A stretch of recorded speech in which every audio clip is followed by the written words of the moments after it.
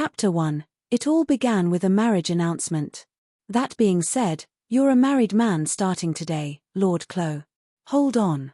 It was early afternoon and the sun was still high up in the sky. I returned home to receive an announcement of my marriage from my secretary, Gray. Honestly, I'm at a complete loss.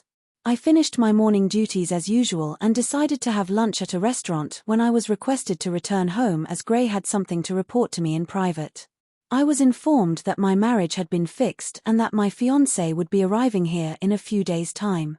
I was aware that I wouldn't be able to choose my own bride, nevertheless, this was simply too sudden. I, Clo Hartfield, am a noble governing this region. The age of this body is 19. But going by my memories, I've lived for over 40 years. It's my 4th year of managing this barony. A young and competent lord is not how I would describe myself, for I am but a noble in name. Due to a mistake made in the past, I was demoted in rank or rather isolated and pushed into managing this region. I spoke of this body's age and my mental age earlier because I have memories of my previous life. Moreover, this world is the game world from a so-called Otome game with swords and magic called When the Ring of Fire is Lit. World is painted red, abbreviation, Ring of Fire, and I was reincarnated into this world with memories of it. Maybe it's more accurate to say I was given a chance at a new life in a world closely resembling that of the Otome game from my previous life, but that's harder to explain so I don't want to bother. Also, I was reincarnated not as the protagonist or one of the love interests, but as a slightly older student who would have no reason to mingle with the main characters. Well, I supposed if I made an effort, I could interact with them, but I've actively avoided doing the very same. Because I don't feel like poking my nose into something that isn't even set in stone, is one reason, but as I mentioned earlier, earning the wrath of High Noble in my student days forced me to graduate early, close to coerced voluntary withdrawal, and be kept on a leash in this boondocks I'm punished to manage. In short, if I leave this place to go to the academy in the capital, I'd be dragged back by the police. If I hadn't originally been born a noble, I'd have probably been executed, so this is quite the fair treatment honestly. If anything, I feel happier not having to take part in any of the cumbersome soirees in the city but live a peaceful life in the country. Though we do get attacked by monsters once in a while. Isn't this good news, Lord Clo? You've got someone willing to marry you, when every young lady avoids you like the plague. You lucky bugger. At present, when I'm about to set foot into the 20th year of my life and can only vaguely recall my previous life, I have a marriage imposed on me abruptly. Gray claps his hands and offers me insincere felicitations. It's obviously meant to be sarcastic, but it might be his way of offering support upon seeing me distraught. Well, it's true that I'm 19 and that's already rather late for marriage among nobility. Not to mention, no noble family wants anything to do with me. People do call you abnormal Cagliostro. That's news to me. Anyway, I thought I'd live out my days as a bachelor managing this barony, so having marriage suddenly sprung on me has put me at a loss. Be that as it may, it's already a done deal. Here, the marriage certificate from the church and the letter of acknowledgement from the parents. With all the bothersome formalities out of the way, you're husband and wife now. I looked over the documents handed to me. He was speaking the truth. According to the certificate, I am a married man as of today. Though I have no knowledge of it as one of the parties involved, I seem to have a wife already. The name of her house feels familiar for some reason. If I'm right, it's rather well known. Nah, probably not. There's no way any renowned house would have their daughter marry someone whose mere association could greatly damage their reputation. It's probably the troublesome daughter of a viscount or a baronet who was forced into this marriage. I guess if it's been recognized by the church and her parents, I can raise no objection. What if she hates the countryside and we have an age difference of 20 years between us? Not that it matters. You were a lolicon. Don't fixate on the wrong thing. Though I do like children, I don't see them in a weird way. Wait a minute, if there's a 20-year difference, then the lady would have to be a newborn or a fetus yet to be born. But, Valentine, I could have sworn I've heard the name somewhere before. I said the name repeatedly as I looked over the documents. Even someone uninterested in matters of nobility as I had heard of this name. No. I feel like it had more significance in some other setting. Count Margrave.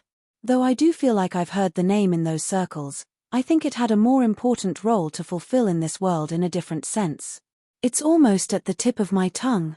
As for the lady who's to be your partner, despite seeing me troubled, Gray might have purposely delayed mentioning the name of the lady who is to be my wife.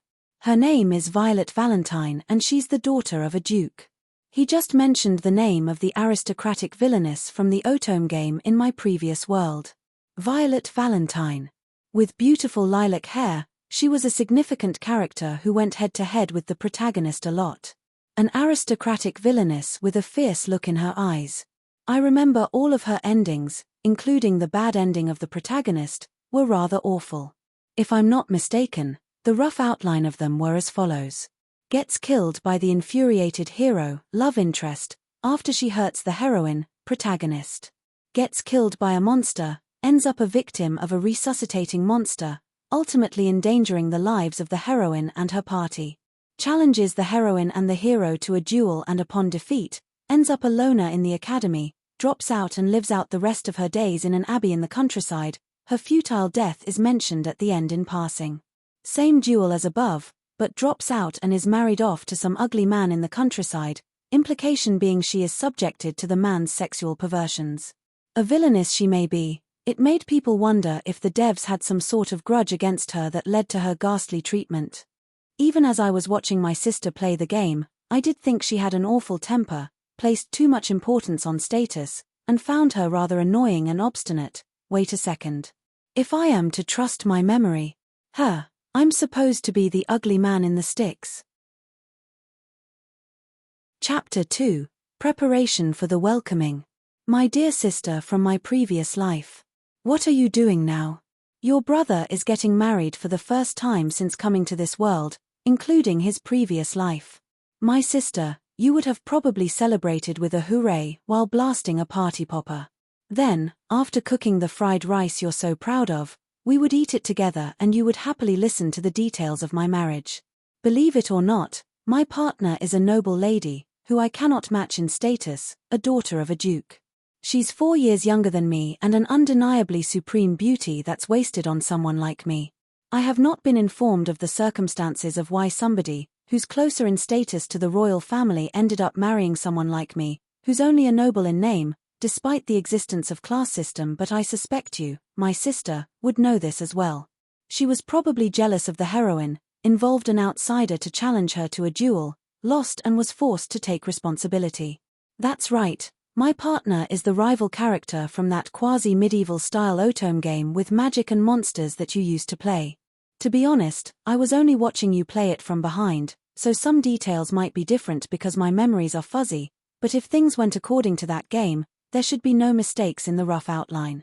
Otherwise, I would have never been able to marry the Duke's daughter. It would have been unthinkable for her to marry a problematic feudal lord so far beneath her status from some rural countryside that was so unpopular among the youth that the only ones found there anymore were the ones with the most extenuating circumstances, unless something extraordinary happened. Things became this way because something extraordinary did happen though. From what I remember, Lady Violet Valentine has a very harsh personality. She's hot-tempered and often intimidating due to her high social status. She often loudly warned and reprimanded the heroine. She's a haughty daughter of the Duke who borrowed the prince's authority. Her personality became her downfall and she was kicked out of the academy by the heroine's love interest after continuously digging her grave, ultimately falling prey to a sealed monster. Oh man, I'm not confident that we can get along well. Her personality can also be interpreted as inflexible and serious rather than arrogant, so maybe it would be fine if I worked seriously as a feudal lord and treated her like a princess. Yeah, both of those are impossible. What's the matter? Should you not be preparing to welcome Lady Violet? Preparing her. To start with, my house isn't extravagant enough to make her live as a princess. The previous feudal lord from several generations away built it forcibly, so while it's spacious and has many rooms, there aren't many decorations and furnishings currently, perhaps as a result of them being sold off due to financial difficulties or one of the previous feudal lords making off with them. Furthermore, only Grey and I live in this mansion. I have no other servants. The other party is a young lady from the ducal family, who's been surrounded by dozens of servants through her childhood, with many of them being close to her to take care of her. Everything in the mansion must have been of the highest class too. In other words, forget about treating her like a princess. I can only pray that she won't get mad due to the difference in environment. And in order to avoid being scolded, I'm decorating my mansion to make it more presentable for the visitors even by a little bit. I wonder if she would prefer younger guys. Starry. I looked at Gray, who had brought in the dried tablecloth and was setting it on the table once again. He has beautiful medium-length grey hair, a slender body and pale skin, catching the hearts of the older ladies of this land and the occasional visitor women with his slightly masculine-leaning androgynous appearance as my secretary family's pretty boy. I can only hope that he catches the eye of Lady Violet Valentine. Please stop. Are you planning to turn me back into a slave? As I kept watching, Gray hid his body with the tablecloth. Is he trying to seem weirdly bashful on purpose? Come to think of it, I think that expression was popular with men. I was just thinking that it would be nice if Miss Valentine was into young boys like you, Gray. I'd rather you hope that you're the one who's her type, Lord Clo. Me being her type? That's impossible. I think I'd look a little above average if I tidied myself up and dressed up, but Miss Violet Valentine must have liked the capture target, His Highness the Third Prince Vermilion Randolph with red hair and the purple eyes characteristic of the royalty. I saw His Highness when he was around 10 years old, but even then he was so handsome, I couldn't possibly match him in any way, shape or form. It seemed impossible to match him on the inside either. If he grew up to look the way he did in the Otome game, I'd easily be overshadowed. Anyway, when it comes to the preferences in appearance, a slender androgynous boy like Gray has a better chance. It pains me to say this myself though. Hey, if you don't prepare properly, both your work and the reception will end up being half-hearted. Don't worry. I explained the situation to another person and left the field work to them, and I've finished the paperwork, so all that's left is the preparation. No, thinking about it, we have run out of the ingredients for the welcoming. Say that first. I can't believe I'm running into a problem like this even though I've finished various things in advance to welcome Miss Valentine. The fault also lies with me for not realizing, but I want to believe that it happened because I was too busy. Was I too distracted by the tea? That tea isn't expensive either though. That's not a problem because of Gray's high skills in brewing tea. Was it trying to prune the trees in the garden and write welcome? That did that too much time. Now that I think about it, I wonder what we were trying to do, Lord Clo. There's still a day until she's scheduled to arrive, so there won't be a problem if we acquire the ingredients now. That being said, neither of us is particularly good or bad at cooking, so I must gather as many high-quality ingredients as possible. Mainly condiments.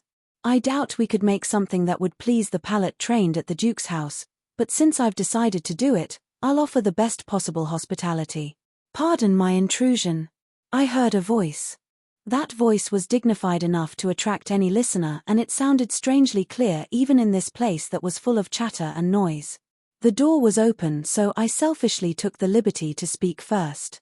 Gray and I looked towards the direction of the voice. At the end of my gaze was a woman with lovely long purple hair and beautiful blue eyes, standing at the door that was left open for ventilation. She was a woman with beautiful gestures, but her gaze wasn't as aggressive as I'd known, and she had a somewhat tired expression on her face.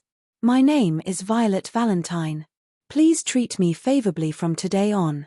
Violet Valentine. The woman who had become my wife several days ago stood there. Hey, she's already here? Chapter 3. Contrary to expectations. Forgive me for not preparing anything more lavish. Not at all, and I'd like to apologize well. It seems neither of us had the right time, which resulted in my arriving earlier than stated.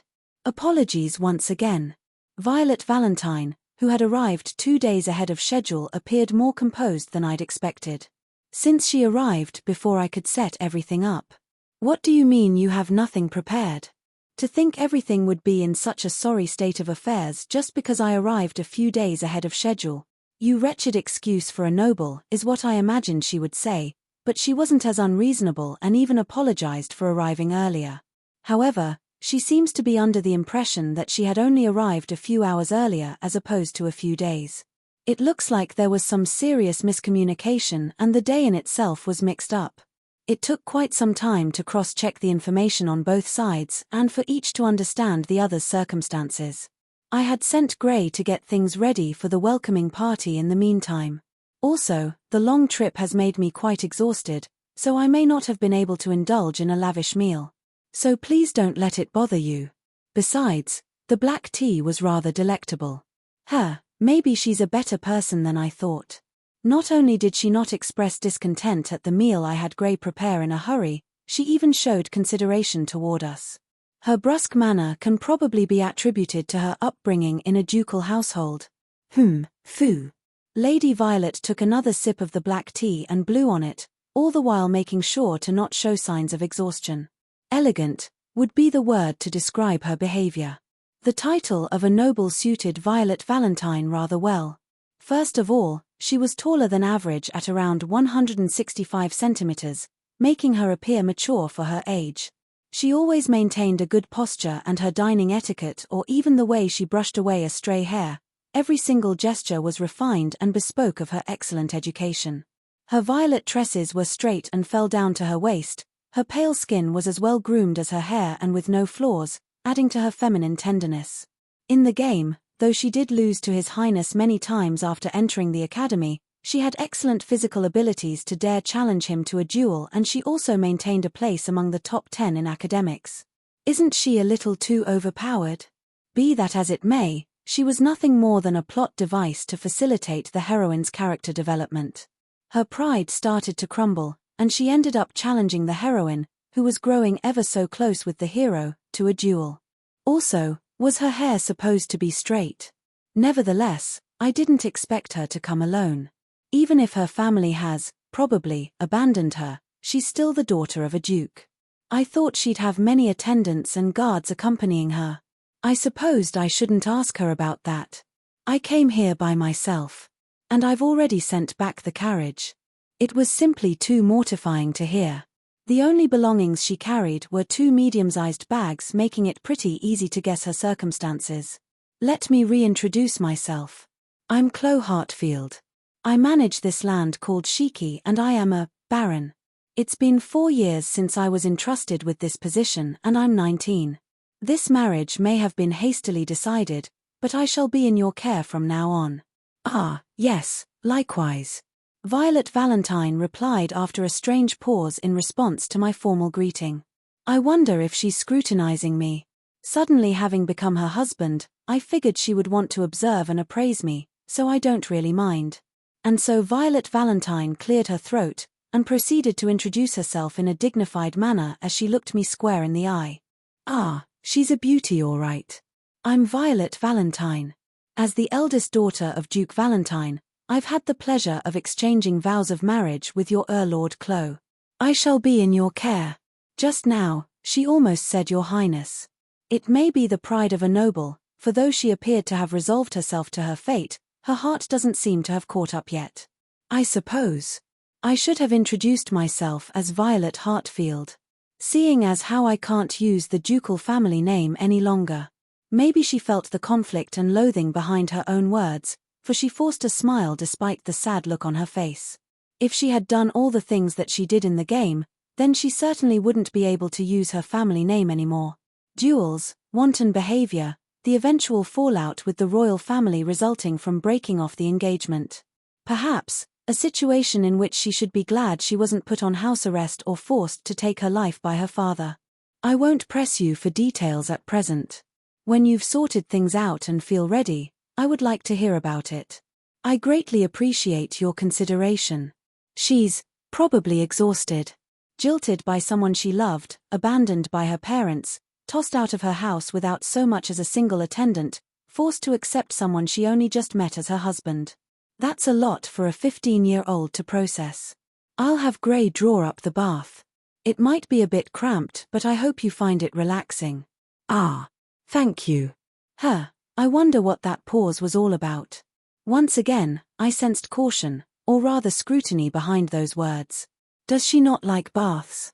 Lord Chloe. May I enter? Miss Violet. Sure, come on in. The hour was late. Done with the bath, I was in my room racking my brains as to what should be done going forward, when I heard a knock followed by Lady Violet's voice. Incidentally, though we are a married couple, I didn't think it would be appropriate to share a bedroom, so I had a separate room prepared for her. What did she want with me at this late hour?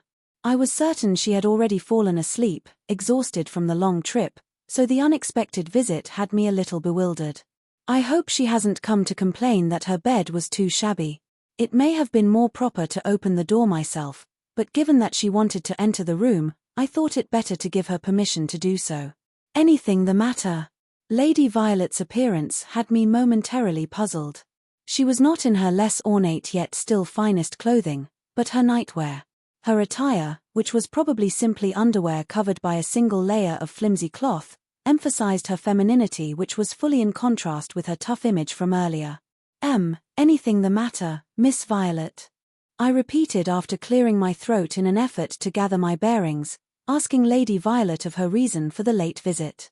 She appeared puzzled and also as if she wondered why I would ask such an obvious question. She looked down after a strange pause and spoke.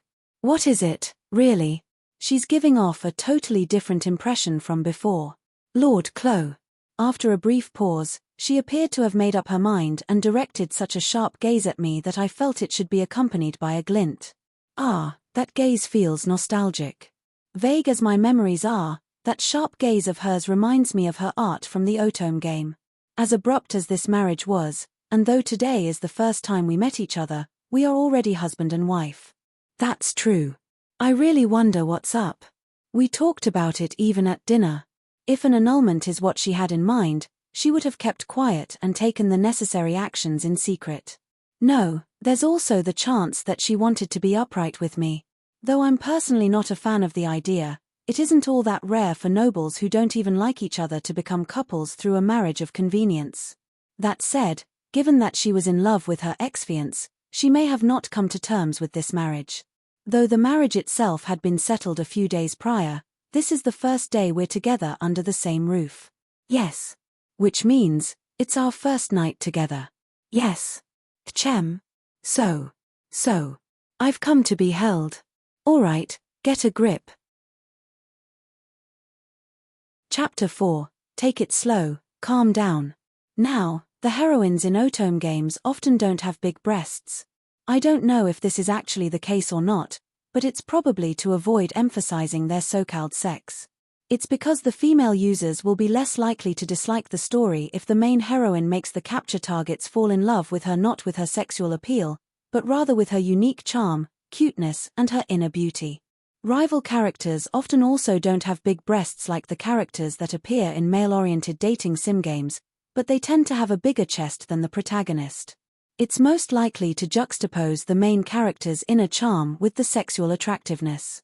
Please note that this is simply my humble opinion. And as for the reason why I'm pondering about this subject, it's a simple escape from my current situation. Lady Violet. After declaring that she came to sleep with me, Lady Violet took off her sleepwear, remaining only in her underwear. In this world, the stuff like lingerie from my previous life are luxury items. Many nobles wear them all the time, but commoners don't.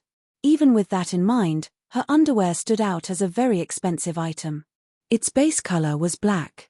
The cloth was thicker in the important areas, as if to make the body look beautiful, and gradually became thinner as it moved up the body, all covered with lace.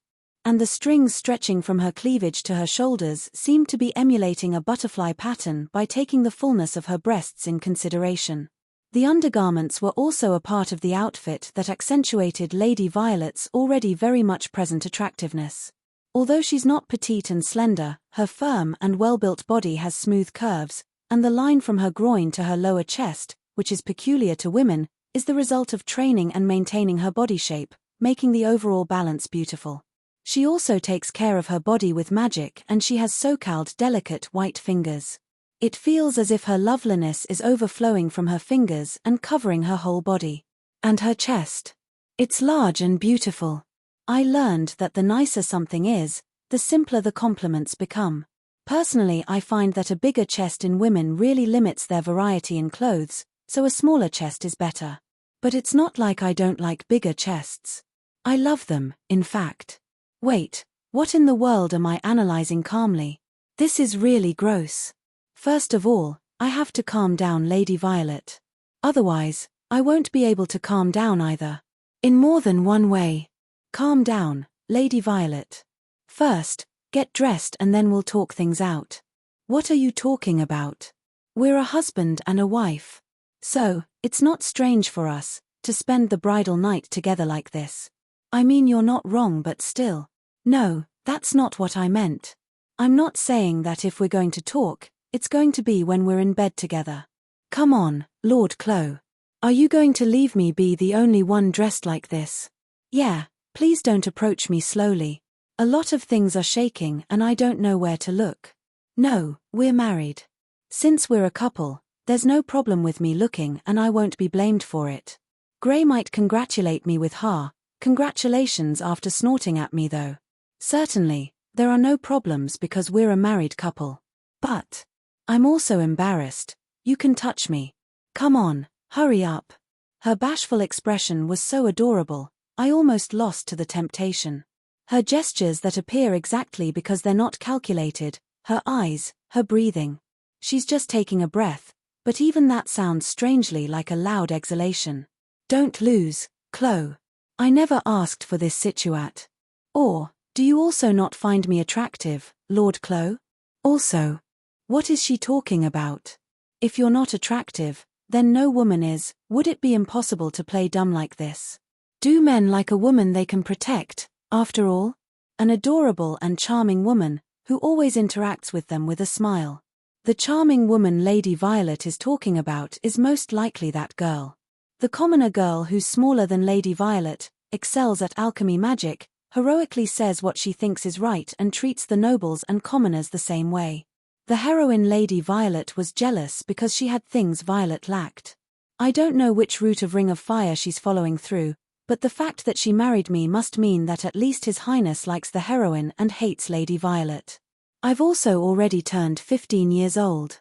And, as a noble, I am well aware of the importance of the first night between married couples. In the previous era, when the nobility was strong, the wedding night was especially important. Whether it was for political purposes or not, people would often do the deed on the first night of marriage. By the way, there was also a time when people were free to cheat on their spouses all they wanted after spending the first night together. However, in this day and age, cheating is basically out of the question. There are some nobles who have things like concubines, but as long as you're married, it's generally undesirable for you to have a relationship with someone other than your partner, unless you are royalty. I am prepared. Nevertheless, I myself don't like Lady Violet enough to make love to her just because I've been swept away by the atmosphere. Lady Violet is serious. She's too serious and inflexible. This girl might be desperate, but she's also genuinely just trying to fulfill the teaching that a married couple should spend their first night together and offer their virginity. Family name over hatred. Teaching over humiliation. The lessons of the past exist to bring forth harmony. In order to protect the ways of the nobles. She's only acting out of obligation. Even if she were to be swept by the atmosphere now, she would probably still try to be a good wife. Rejecting the advances of a woman is a man's shame. You should not bring shame to women. I don't like that. I had a bit of a hard time in my previous life because of parents like that. Yeah, so. Lady Violet. So. I hate the current you. Alright, calm down. Let's continue. Chapter 5, Obstinate. Disappear from our sight and never show your face here again. At the academy, the last word from the person I loved was one of rejection. I spared no effort to become a woman worthy of His Highness. In order to stand by his side, I needed to become strong. I didn't mind even if it cost me my reputation, if it meant I'd be able to carry out my duties as a member of the royal family. Though, it ended with my reputation getting dragged through the mud. This is simply absurd. Killing someone like you would only make me a sinner. The day after breaking off the engagement, the words uttered by my father were devoid of even rejection.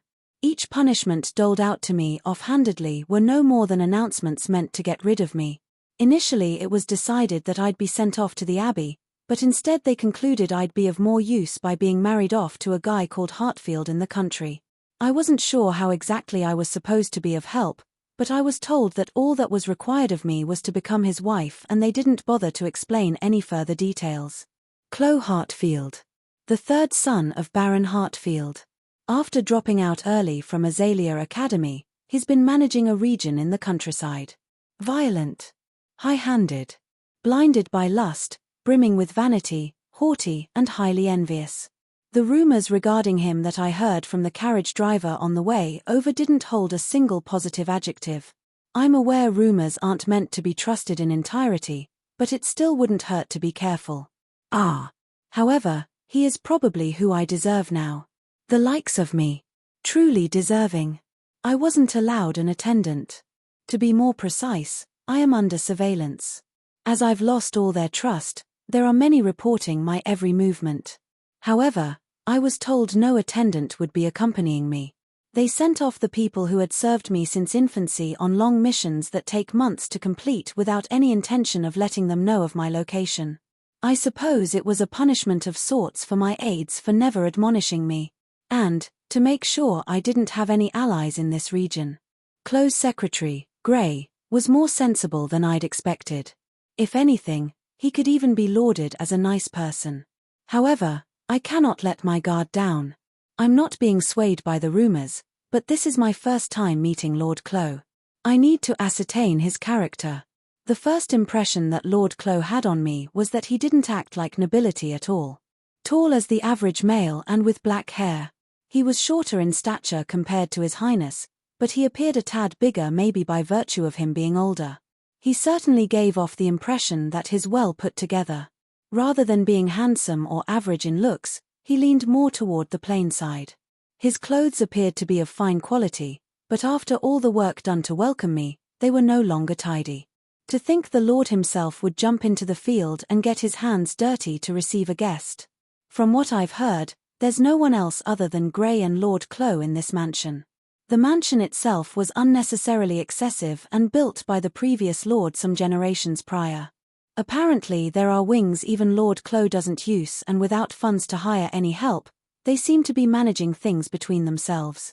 As spacious as this mansion is, I wonder if it's appropriate for a man and a woman to have been living here, just the two of them. However, we aren't close enough for me to broach that topic. Moreover, I'm afraid of being recognized. The words I thought were just and for the benefit of His Highness were merely irksome to him. I can't help but think that the words I said on behalf of His Highness and the royal family were merely excuses to justify my own desires. I suppose I should have introduced myself as Violet Hartfield.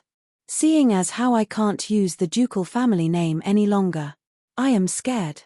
The thought of losing my family name and never getting over my feelings for His Highness scares me. I can accomplish nothing with this kind of mentality. I am Baron Chloe Hartfield's wife. And I need to behave with resolution befitting a baroness. I won't press you for details at present. When you've sorted things out and feel ready, I would like to hear about it. I greatly appreciate your consideration. Lord Chloe, who had become my husband, didn't appear as bad as his rumors made him out to be, at least judging from his actions so far. I don't know how much Lord Chloe knows about my circumstances. That said, I could see him trying to be considerate of me. I have no clue if he's being earnest, but I should be careful. I've heard that men are all beasts. That they may behave gentlemanly in public, but God knows how they are behind closed doors. I'll have Gray draw up the bath.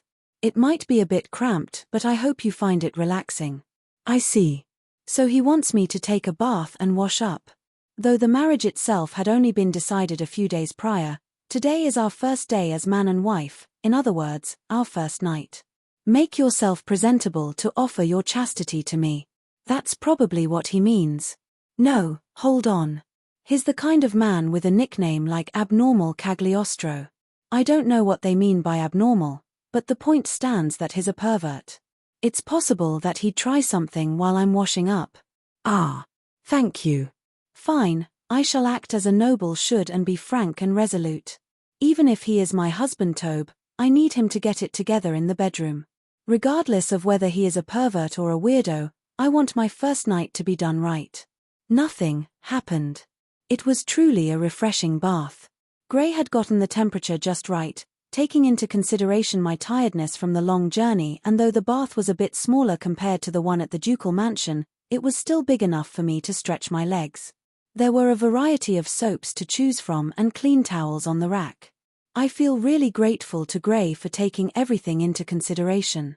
But I still can't seem to figure them out. I wonder if they are on their best behavior since we only just met. I can't let my guard down. It seems Lord Clo is also taking his bath right now.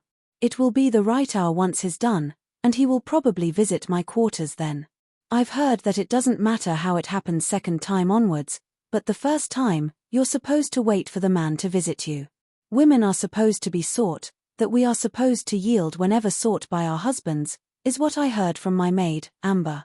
I also received education pertaining to matters of the boudoir. Who? I breathed in and exhaled slowly. It was to release the heat in my body and also to calm down. I cannot see His Highness, who I adore, anymore. The thought itself greatly disturbed my heart, but I need to cast away these feelings for the sake of my husband. I put on the nightgown Amber got me to celebrate my coming of age. I have on the kind of underwear that I was taught appropriate for this occasion.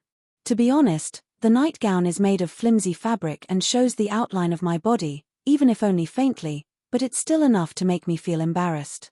But if I let something like this get to me, I won't be able to handle what will happen after. Well then, come on. I'm ready. Come at me any time. He's not coming. I didn't realize it, but I was sitting on my bed hugging my knees. What is the meaning of this? I don't get it. Maybe he's the type to take long baths.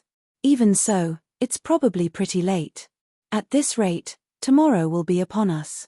Is he waiting for me to come over? I see. I can't ignore that possibility. Personally, I would prefer to be visited, but I remember Creamhild, my classmate, saying, if the situation calls for it, the woman should take the initiative. That it's better to initiate rather than be teased in lovemaking. I thought it immodest back then, but I suppose there's a chance that Lord Clo is teasing me on purpose. Then as embarrassing as I may find it, I shall seek him out. I should expect no less from the abnormal Cagliostro. His thinking is entirely deviated from the normal. Just you wait, Lord Clo. No matter how poorly I may be treated, even if I have to offer my chastity to Lord Clo, who I only met today, I shall give up my body and soul to be a good wife to Lord Clo. And that is what I should do as a former member of the ducal family, abandoned though I may be. Mock medieval setting. Bathtubs exist, commoners tend to only take towel baths. Hygiene is practiced, relatively modern. Soaps are used, for the sake of an obligatory bath scenario card with carefully placed soap bubbles covering the love interest's body. Bath water temperature can be regulated, temperature can be set using magic. Chapter 6. I didn't look closely before or now. I was worrying about what to do in front of Lord Clo's room. After coming this far, I was starting to hesitate. If I opened this door, there would be no coming back. Besides, did Lord Clo even find me attractive to begin with? After all, I'm neither affable nor cute and I can't even look His Highness straight in the eyes. But I must make up my mind and enter inside. Calm down. I think I just have to look at him with upturned eyes and approach him slowly. I've also heard that I should show as much skin as possible. If I do that, men should do the rest, or so I think. I'm a noble. I must fulfill my duty, even if no one sees me. I hate the current you. That's why, my head went blank when I was told this. I thought that I was prepared. Whether it was rejection or giving up my virginity, I was sure that I'd be firm. But the word hate wounded my heart way more than I had expected. I learned that some words cut deeper exactly because they're so simple. Do I lack charm as a woman, after all? That's right, let's back down. Just like when I lost the duel. If you are not wanted, just leave. Will I be able to forget this by tomorrow? Forget it, act my role, mature, train myself, polish myself. Even so, there were times when I was overtaken, but if I didn't do all this, I would fall even more. I have to make sure that I don't fall further. I must fulfill my duties as a noble. Forget about being abandoned by His Highness and the others, act your role without showing your sadness, mature at your job as the lady of the ducal family, train so you can stand alongside His Highness and polish yourself so the people around won't say that you only have your status. Do it all over from now on, for just that. My apologies, Lord Clo. Please forget about today. Lady Violet. MNN. When I tried to leave and return to my room, Lord Clo suddenly pinched my cheeks with one hand. What? What's his purpose in holding my cheeks with his hand? Won't I end up looking unsightly at this point? It's time you looked me in the eyes already. The eyes. What is he talking about so suddenly? What's wrong with Lord Clo's eye? Wait, were his eyes always blue? It's strange. I feel like I'm seeing Lord Clo's eyes for the first time. You certainly did something stupid. And, Lord Clo continued talking while maintaining his posture. You intimated all the women that approached His Highness Vermilion, ignored His Highness' words, strongly struck the girl who His Highness might have liked hard and unable to forgive that girl. You challenged her to a duel at the ball as the end of the semester, only to end up losing to His Highness and his entourage. Why does Lord Clo know that? Was he already told what I had done? Somebody who knows the details of what happened must be somebody from the academy or my father. If that's the case, why go so far? Also, you had lackeys but you had no friends, right? How rude. I had one friend at least. Have you not declared to them to not act overly friendly with you? Why does he know? No, I don't need friends to start with. Nobles have no need for friends, they only need accomplices with aligning interests. If the easily disposable people who offer something and the people who demand something get together and manage their relationship, that's all that matters. That's how nobles are. No matter how it might look, they must do their duty. You're a haughty daughter of the Duke who borrowed His Highness' authority and discriminated against people due to their social status. And your nickname is an amethyst paper plane, because you run wild on your own and also crash on your own. Hey, that's the first time I'm hearing that. What's with that? I had that kind of a nickname. Or rather, what do amethyst and paper have to do with each other? Shut up. What do you even? Listen. DHP. I wanted to tell him, don't talk as if you understand me. What do you even know, and move his hand away, but after avoiding me, Lord Clo made a turn and this time held my cheeks with both palms. Was that one turn really necessary? However, suddenly, Lord Clo's eyes became gentler. What is it about those eyes? They contain the feelings I'd rarely gotten before, the somewhat nostalgic feelings. Sacrificing yourself for something or someone is more painful than words can describe. Someone. Something. I have worked hard for His Highness, for the ducal family and for this country. I never doubted that it was for my own sake. Because it's been drilled into me that it was the reason I was born. Then will you deny all that? Will you say that I should have worked hard for myself? That it was okay to have shown my vulnerability? Are you planning to say something so basic? How stupid and truly boring. Don't you dare spout something like that. More than that would be. Even more so if it resulted in rejection by that someone. Please. Don't say anything more. However, please don't deny the effort you have put in after coming to love them. Ah, but, I see. The current me wanted to be recognized by someone. Is that all it was? What a simple, childish thing. I wanted them to tell me that my actions that came from my pride as the Duke's daughter weren't wrong. You should be proud. So don't hate yourself. I hate the current you, who hates herself. Lord Clo said. I was rejected by His Highness and the people around me, so I wanted somebody to be by my side. I was desperate and too caught up in the idea that if I had made a connection with my husband, I would not be alone. I avoided looking my partner in the eyes and might have been okay with literally anybody. Lord Clo must have seen through that. Rumors really can't be trusted. Thank you, Lord Clo. No, I'm happy if I was of some help, even a little. My cheeks were released. He was holding them pretty strongly so I wouldn't escape, so they were tingling. Now that I think about it, this might have been the first time I was touched by the opposite sex like this. I wonder if this is what they mean when they say that they've been damaged by the men. For now, I'd like you to wear clothes. I thought I missed what Lord Clo said in a whisper, but when I saw him blushing and looking away, I remembered how I currently looked. Certainly, my current appearance is a bit, no, but, today is still our wedding night. Will you make love to me? I will not. As expected, I was still rejected. Chapter 7, a former that often appears in reincarnation stories. Congratulations. Hey, stop with that face. The morning after Lady Violet's late-night visit to my room, Gray congratulated me while making tea in the dining room. I'm well aware of what he's congratulating me on. The first night we spent together as a married couple. It goes without saying what might have happened. Not like anything happened on that front though. Unfortunately, nothing you've imagined has happened. Really? It's as true as things can get. After her words of gratitude, I only engaged her in a conversation for a little while. I was worried about what to do when Lady Violet, who was tired from her long trip, nodded off while sitting. When I called out to her, she laid down on the bed. New, it's been a long time since I've been in bed. Let me off for today, Amber. And started sleep-talking, so I panicked even more, but nothing happened. I did think that she was adorable, but that was it.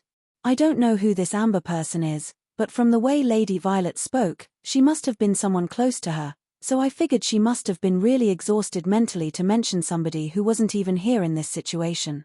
I felt bad waking her up when she was in such a state, so I slowly carried her to her room to not wake her up.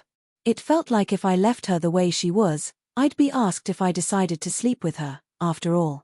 I see. It's great that you treated her nicely. Gray was praising me with a smile that was different from before. Gray often pokes fun at me, but he doesn't tease me when I act for somebody else. He's most likely genuinely congratulating me. You took advantage of her vulnerable state with kind words, didn't you? I see, so that's how you ensnare women. Next you should aim to become a couple of lovebirds. I take my previous words back. When this guy teases me, he goes all in. Ensnare.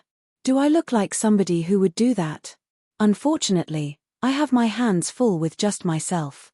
Mr. Yellow told me that telling men they've ensnared women is a compliment for them. Don't take that person's words seriously. Mr. Yellow is a cheerful grandpa who's self-proclaimed older than 80 years, self-proclaimed friend of the previous king, and a self-proclaimed love hunter. I told Gray that although some people used the term ensnaring women to mean making them fall in love, it was closer to the meaning of forcing them. That being said, I'm impressed you did not stumble over your words. She must have been unstable, the situation being what it was, but if I were in your place, it would have taken me everything just to calm her down. After hearing the meaning and showing somewhat of an embarrassed expression, Gray changed the topic. He'll probably ask Mr. Hero later. But is he really going to ask about it? I do know that he's curious about it though. It was a coincidence. My thought just happened to match the exact words Lady Violet was yearning for. There's no way I can tell him that it was the result of me summoning up the memory of the Otome game from my previous life. To start with, I only remember roughly what Lady Violet did. Her actions might have been different from the actual story I know, and there are some parts that I probably remember based on my impressions. However, what I know for sure is that she self-destructed. And that she knew that her efforts were genuine. Otherwise, she would not have been able to remain as one of the top students in the academy, and she would not have learned to conduct herself the way she did. She had her strengths and faults, and I just didn't want her to be trapped in her past, unable to forget her faults. Is that how it is? Gray seemed a little puzzled by my words, but he seemed to have understood that there was no point in pursuing further and accepted my answer for the time being. Well, I doubt he'd be convinced even if I told him about my previous life and the Otome game. By the way, I have a question. As he said that, Gray clapped his hands, as if remembering something. It's about Lady Violet. Am I supposed to call her Madam? If you do that, I'd have to be called Master, her. Gray calling me Master? I'm fine with things staying as they are right now, but it's true that now that I'm married, my title will change too. In other words, our interactions until now. Master. Monsters have appeared, so let's go have fun together. Master, I was handed flowers, eh? Its meaning is I love you in the language of flowers. I got it from a man though. Would you like to take a bath together, master? I was taught how to wash you with my body like this. Huh. Suddenly not a single decent memory comes to my mind. Also, it feels extremely weird. It wouldn't be strange if he was in the position of a secretary or a butler, but Gray is both my secretary and family. Gray's full name is Gray Hartfield. Originally he had no last name and he was treated as the slave of the previous lord. For various reasons, he was abandoned, and by the time I became the feudal lord, he was in a weakened state in this mansion. At first he was distrustful of people and would only emptily whisper master, master while doing literally anything I asked for. In a sense it felt like an even more weakened version of how Lady Violet was on the day she arrived. Anyway, he gradually opened up to me and we came to treat each other the way we do now. In the process, I gave him the surname Hartfield. I guess that makes him something like my adopted child. My parents are fussy so he's treated like a secretary though. In other words, you would make a child call you master, truly perverted. Stop. In terms of the years I've lived, it's not surprising that I would have a child of Gray's age, about 11 years old, and in fact, on paper, he is my child. But I am still more or less 19 in this world. Being called a master by a child at this age is I don't like it. Forgive me, I slept in until this late. As I was responding to Gray's jokes, Lady Violet rushed into the dining room. Although she was in a hurry, she was still well-groomed at least, which I think was very typical of her. But... Good morning, Lady Violet. By the way, please excuse me for doing this the first thing as you're up. Good morning, Lord Clo. Is something wrong? This is not the academy. Lady Violet was dressed in the academy's designated school uniform. Did she bring her uniform all the way here? Or did it just accidentally end up in her luggage? At any rate, she still seemed to be tired. Her face was red, but she did not rush back to her room and tried to remain calm. She picked up the hem of her skirt, gave a brief bow, then went back to her room, changed her clothes in a few minutes and came back. Good morning, Mother Violet. Yes, good more what? And Lady Violet, who had just returned, froze up at Gray's words. Chapter 8 Getting used to it will take more time. I see, so that's what it was. I was surprised because I was suddenly treated like a mother. I explained the details to Lady Violet, who had returned to her normal self after freezing for a few seconds, while we ate a late breakfast. Lady Violet is still only 15 years old. It's not surprising that she would be shocked to be called a mother by somebody of Gray's age. On the contrary, I was worried that she would show contempt, but judging from the way she was drinking tea after the meal, that didn't seem to be the case. I thought she was so serious that she wouldn't be good with talks like this. I'm sorry about that, Gray. I did receive an explanation yesterday, but, to be honest, I only understood that you're a secretary. No, you were tired, Mistress Violet, so it is only to be expected. And it is not a problem to treat me as a secretary in public. It would not be accepted well in the society if a word got out that a barren family adopted someone like me. You're right. I will also treat you as a secretary. Thank you very much. She doesn't have to worry about that too much though. Well, since slave trading is more or less forbidden in this country, possession is allowed, for some reason. It's true that the public wouldn't think favorably of it. Lady Violet also seems to understand that and has decided to treat Gray as a secretary. But I'm still surprised. Although the matter of him being a slave is a secret, Lady Violet, who's fussy about social status, didn't say anything about adoption. Even if she wasn't herself yesterday. Wait, now that I think about it, I feel like there was a slave character in Ring of Fire too.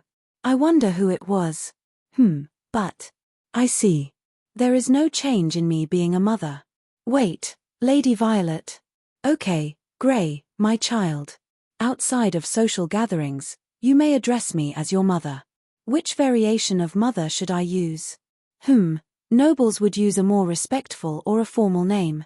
I've also heard of your ladyship being used. It sounds noble somehow.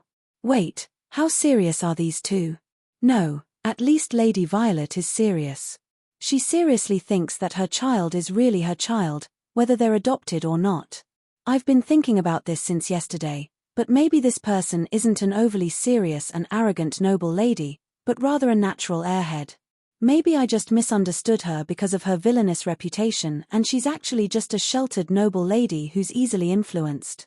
Calm down, Lady Violet. You're not mistaken, but you're still not right. Lord Clo, I was just reflecting on how inflexible I have been until now. I should try to become more flexible. That doesn't mean you should accept everything. In the end I still stayed as Lord Clo and Lady Violet ended up being called Mistress Violet. It seems like it will be a long time before Lady Violet's flexibility is honed. After eating breakfast and drinking the after-meal tea, Grey, Lady Violet, and I went outside to do the work of the feudal lord. At first I thought it would be nice to show her around the land while introducing her to the residents, but I had some urgent business so I decided to take care of that first.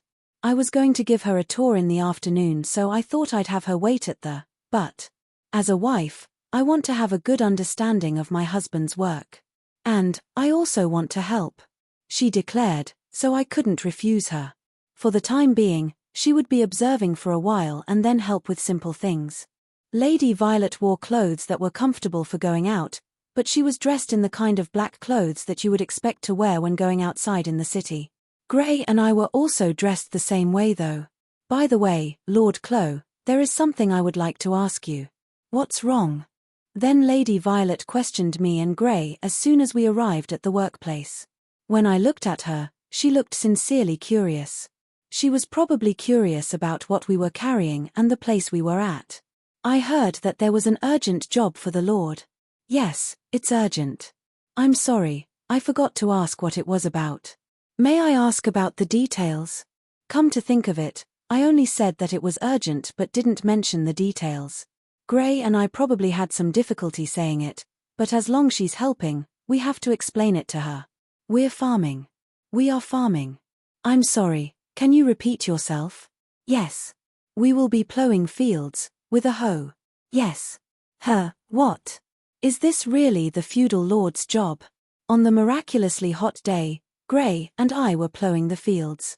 In this world, due to the wondrous power of magic, the harvesting season and cultivation methods for vegetables and other crops are often different compared to my previous life, but it's still necessary to till and fertilize the soil to sow seeds. It can't be helped, Mr. Green hurt his back. Yes, it seems that if we don't plant them this morning, the harvest will be delayed. No, I get it, but still. Lady Violet was bewildered. The work of a feudal lord varies greatly. They manage local products and maintain the housing environment. Sometimes they mediate disputes among residents, and when monsters appear, they may request help from outside or exterminate the monsters themselves. It's not surprising for barons and viscounts to cultivate the fields with their own hands. Although there are times when paperwork and contributions to the country are a headache, the feudal lord's job is basically to protect the daily lives of the residents and to aim for development. Do you have any experience with this kind of work, Lady Violet? I've been taught by my father that this is not the kind of work we should do. I've honestly never even touched the soil except as material used for classes. Oh, there are certainly people like that in the royal capital. In addition, as a daughter of the ducal family, she wouldn't even think about playing with dirt. This might be a strange sight for Lady Violet, whose family is more involved with work like management and negotiation. Come to think of it, I seem to recall a scene in which the heroine touches soil normally as an alchemy material, His Highness helps her, and when Lady Violet sees him covered in dirt, she admonishes the heroine. Maybe she does not have a good image of playing with dirt. But here in Shiki, things are more troublesome. Today was still a normal workday due to Mr. Green's physical condition, so I thought Lady Violet would have been fine as well, but maybe it would have been better to have her stay at the mansion and mention it to her casually when showing her around. Lady Violet, please rest in the shade of the tree. It's hard to do it all of a sudden when you've never even held a hoe before. I'll take you up on your offer. I'd like to take a look around, but I can't just wander around on my own.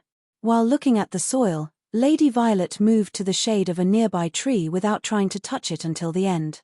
And she just stared at me without even trying to sit at the base of the tree. Is she really trying to learn? Or does she have something on her mind when looking at me? I think it will take some time for her to get used to it. I just hope she won't give up on me by then. Gray and I plowed the field while holding our own hoes. During that time, I was really being watched. It's hard to work like this. Chapter 9. Grow athletic naturally. Shiki, the region I'm in charge of, is in the countryside and a little peculiar. In that, it houses a slumbering sealed monster. Natural disasters rarely occur and its inhabitants themselves are rather unusual. Half of the population consists of people native to the land, with most of them being seniors, and the other half are screw-ups who did something in the past and were banished here. For example, the place we're headed to at the moment is one such place. Lady Violet, Shiki has only one priest and one sister. The priest isn't present today. I see. The location was the church. It was a very conspicuous structure near Mr. Green's field, and as it had caught Lady Violet's eye, I decided to show her around. Though Shiki may be in the countryside, it has a church of the national religion. Looking as impressive as my own mansion, I'm told it was once a place where a lot of people of faith gathered. But it now houses only 2 people. The reasons being the decline in population and the land depreciating in value. There are all manner of residents in Shiki. Most of them are original inhabitants of the land and, I may have no right to say this, but the rest are people who have made mistakes in the past, is what you're trying to say. There's no need to stand on ceremony for my sake. Mistakes. She's being considerate as well by putting it that way. Yes.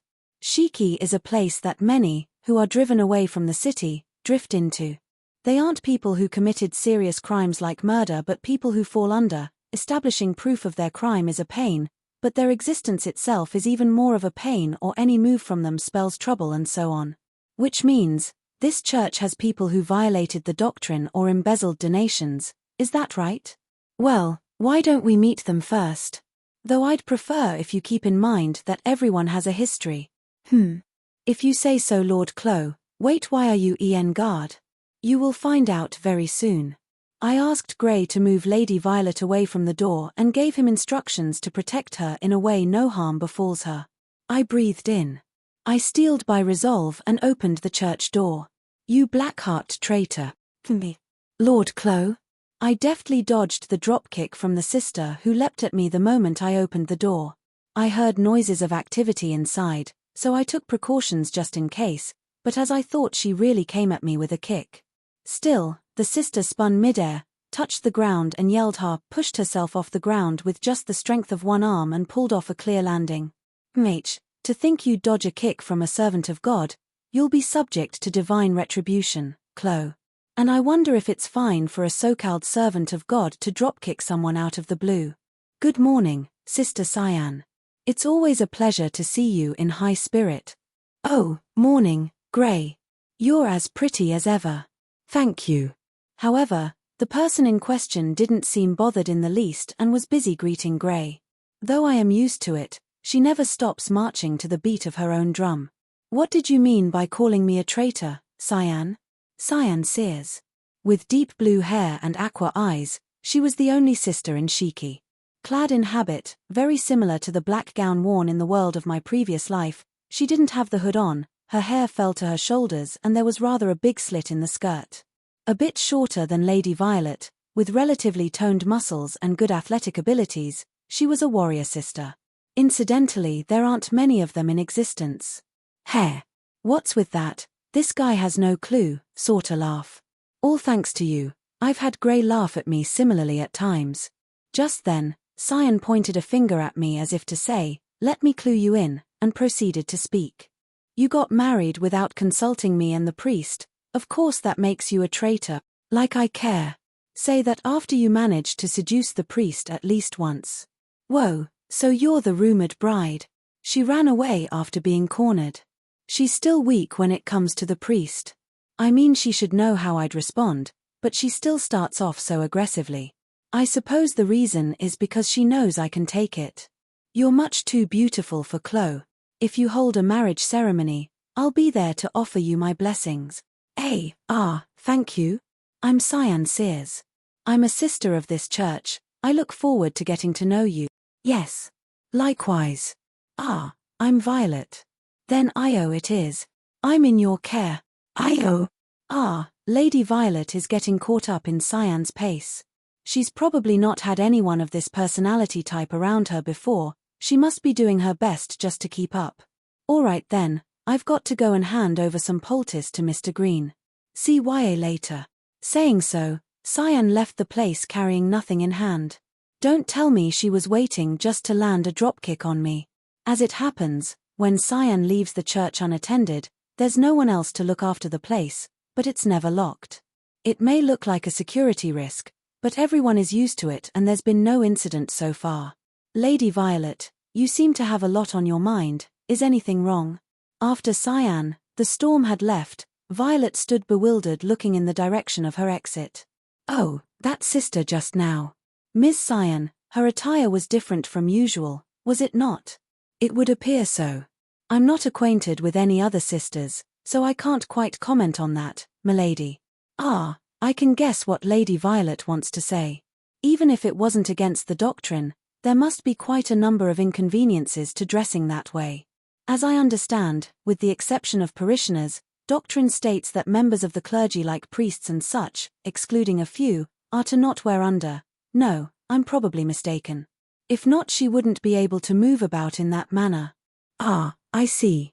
Lady Violet, I dare say you're right. The inconveniences that come with such clothes. Though I do know the answer to that question, I find it difficult to open my mouth. Come to think of it, Violet could have also ended up that way. My imagination took a weird turn. I ended up recalling what happened last night. Members of the clergy are prohibited from wearing undergarments, so Miss Cyan is also not wearing any. Ah, Lady Violet looked in the direction Cyan left, unable to accept what she had just heard. There are many such people with different kinds of mindset living here. I wonder if she will be all right. Chapter 10 full of unique diversity. Are you all right, Lady Violet? Yeah. I'm fine. Having arrived at the mansion, Lady Violet felt dizzy, after which she sat down on the nearby chair, put her right palm to her forehead and tiredly closed her eyes. After visiting the church, I showed her around various places in Shiki, and during that time we met a lot of people who congratulated us, along with various kinds of troublemakers. Tea or coffee, which one would you prefer? Tea, please. Here you go then. Please feel free to add sugar yourself. I brought 1 cup of tea and coffee each and handed over the tea. I put sugar and cream in my coffee and took a sip. Yeah, it looks like it'll take a while until I can brew it like Grey. It's serviceable, but when I compare myself to Grey, as expected I'm bad at brewing it. Lady Violet drank the coffee as I handed it over, without adding anything to it, and after seemingly finding it slightly bitter, she added sugar. However, that bitterness seemed to have distracted her somewhat. Then, after a small inaudible sigh, she started mumbling towards nobody in particular. One person wearing a black maid's robe congratulated me while laughing strangely. Another one told me to come to him if I was ever injured, promising to heal me after observing my injury. Then there was that person who proposed to me on our first meeting, and another person who bombarded me with incomprehensible jargon out of nowhere. Not to mention, there's that matter of Ms. Cyan punching the Archbishop. No, I shouldn't make judgments so easily. They are all unique people. I mustn't badmouth the people of the fief. You don't have to push yourself. The problem wasn't in Cyan's behavior, but rather in the fact that she punched the Archbishop and sent him flying. There is Orchid, who is obsessed with black magic. In addition, while his appearance and actions are suspicious, he's a relatively good person. There is also Ivory, who loves healing injuries. So much so that he gets excited during the process and almost got expelled from the medical field. He's an excellent doctor who's reluctantly staying here because he cannot return to the city until several years have passed. There is Kaki, he came to Shiki because he got involved with too many women. He's an idiot but he's not a bad person. If the other person refuses his advances, he pulls back respectfully. There is also Apricot, who is just a delusional edgelord, so there's no problem if you just leave him alone. Although, he can actually use magic, so he's a relatively troublesome type of an edgelord with actual ability. Anyway, Lady Violet met many problematic people. It's not surprising she would be tired after being surrounded by many unique people. The capture targets she must have been close with at the academy must have been very unique too, but they're probably on a different end of the spectrum. Also, what was that strange human-shaped lump of metal? It's robot. It's very popular with children. No, it was definitely not something you could write off with just that. Rather, what's a robot? A robot is a robot. There is a person inside, but he's just shy. He's a robot who's very popular with the elderly in town when carrying heavy loads or cutting down trees. His real name is Blonde, but he's a robot. By the way, in this world, machines are lost technology. It seems that the logic of how they work hasn't been deciphered. Come to think of it, it's already so late. Lady Violet, I'm going to cook dinner, so do you have any requests? We've received many things, so I should be able to accommodate you to some extent. Looking at the time, it was 6 p.m. It will be a little late if I start preparing dinner now, but if I don't make it, we won't be able to eat at all. I finished drinking my coffee and headed towards the kitchen where I had Gray bring all the vegetable and meat I'd received as a wedding gift. Something that's easy to. Wait, you're making it, Lord Clo? Yes. Gray isn't here and it's my turn today. By the way, Gray is now out to return all the energizing food to Khaki who secretly snuck them in. I'm gonna punch him the next time I see him. There is nobody else who can cook, right? I heard that it was just you two. It's natural for the commoners to cook, but nobles don't cook much. Even for barons, it's common to hire somebody to cook and those who cook are commonly not treated well. It's different for royal palace chefs, but for nobles they're seen as just servant A. But in this mansion Gray and I take turns to cook. Since I have the commoner sense of the 21st century ingrained in me, I didn't really fit in with the values of not cooking. Thanks to that my parents didn't look at me well though. Anyway, something easy to eat, was it? I was given some beefsteak plant, okra, and myoga, so I can mix them with tomatoes and make a salad. I don't know if it'll fit Lady Violet's taste, but I'll make it as delicious as possible. To be honest, with my cooking skills, I can only make it palatable, but the vegetables of Shiki are delicious, so it'll be fine, it should be fine. Lord Clo. Yes. As I was choosing which vegetables to use today, Lady Violet, who had finished drinking tea and put the cup on the table, spoke to me. I was about to stop what I was doing but I was told it was fine to continue, so although it was rude, we continued while I was preparing food. This so-called Shiki is a strange place. I agree. Are you not going to deny it? Rather than strange, I think it's unusual. That being said, everybody is weird and strange in their own ways. I've heard such a saying before so it would be meaningless to deny it. But what do you mean by strange? No, I'm not sure how to say it. What I mean by strange is, there were some unique residents, but you don't have to push yourself. You can just say that they're strange people. Most of the citizens of the fief congratulated us on our marriage. It's strange. It's not like I'd done anything. I haven't been congratulated by people like this, since my engagement with His Highness was decided. Lady Violet muttered somewhat sadly, but perhaps thinking that she had said something bad, she immediately shook her head and tried to change her mood. No, I beg your pardon. Anyway, I've heard all sorts of rumors, but I don't think it's a bad place. You don't have to push yourself. I don't think that's what the Lord should say, Lord Clo. I also don't think it's a bad place now and it can even be called a good place. But I also think that it'll take her some time to get used to it. There are all kinds of people here. It's really. Is she remembering something else now? I'd like to think this isn't the case, but it would be nice if meeting many people didn't remind her of what happened in the academy, and it's not because she wants to avoid the repetition of that. She's telling herself that this is a good place. As I was worrying about what to say, Gray returned to the mansion. Wait a minute. Gray should have gone to return that, so why is he back with more luggage? No, the size is different so it should be something else. Lord Clo, after I returned food to Lord Khaki, I was given something else in return. What should I do with this? Throw it away. I could tell it wouldn't be anything decent even before looking at it. He really needs a beating. Lord Clo, you mustn't disregard somebody's goodwill. It's a celebratory gift, so it's too cruel to throw it away without looking at it. What's this, a book? The cover has been painted over. What could it be? That's right. I was told to open it only after I got home, so I also don't know what's inside. I was told it was perfect for the newlyweds' night. I stopped cooking and stole the book from the two. All right, time to go and punch him. Chapter 11 Human Observation. 3 weeks have passed since I came to Shiki. There are many inconveniences compared to when I was in Azalea Academy, like things being harder to obtain or the means of transportation being limited, but I've been getting used to it little by little. Lord Clo and Grey are also taking good care of me. They help me with everyday tasks so I'm not dissatisfied with my life here, teach me things I don't know about and help me gain more experience little by little. They pay attention so I won't push myself too much, but it's not like they won't let me do anything at all. They check on me first and then assign me some tasks. Though when I occasionally say something to denounce His Highness, they can't help but shrink back.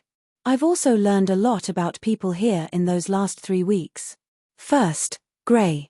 She's a girl who excels in the magic aptitude for all attributes.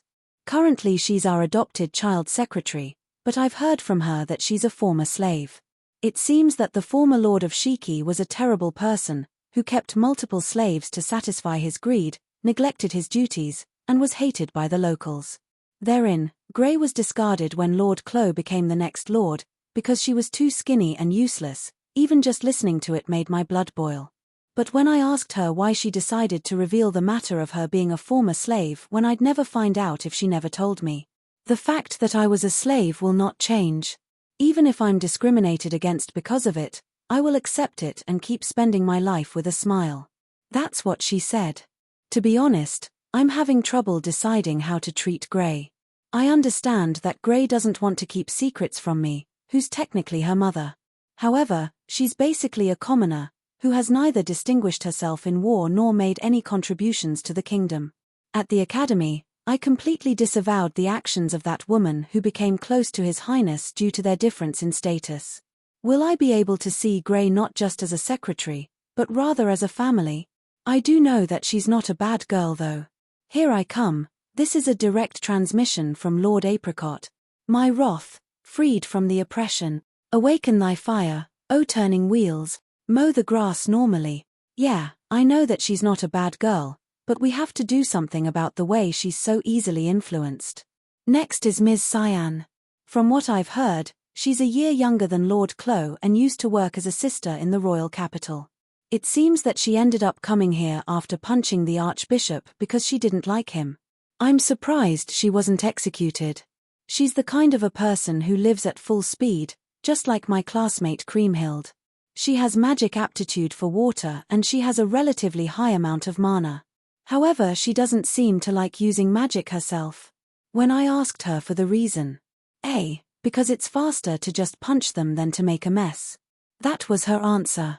Her physical abilities certainly not only rival those of His Highness or his friend Chartreuse, it might even surpass theirs. But when I asked her if that was all right for a nun, if I, as a person full of faith, am saying that it's fine, God will let it go too. She said with a nice smile. I think it's probably not good, but if push comes to shove, Priest Snow White will settle things so it should be fine. If I don't convince myself like that, the image I have of sisters will crumble down. Would I have spent time with people like this if I had been put into the monastery?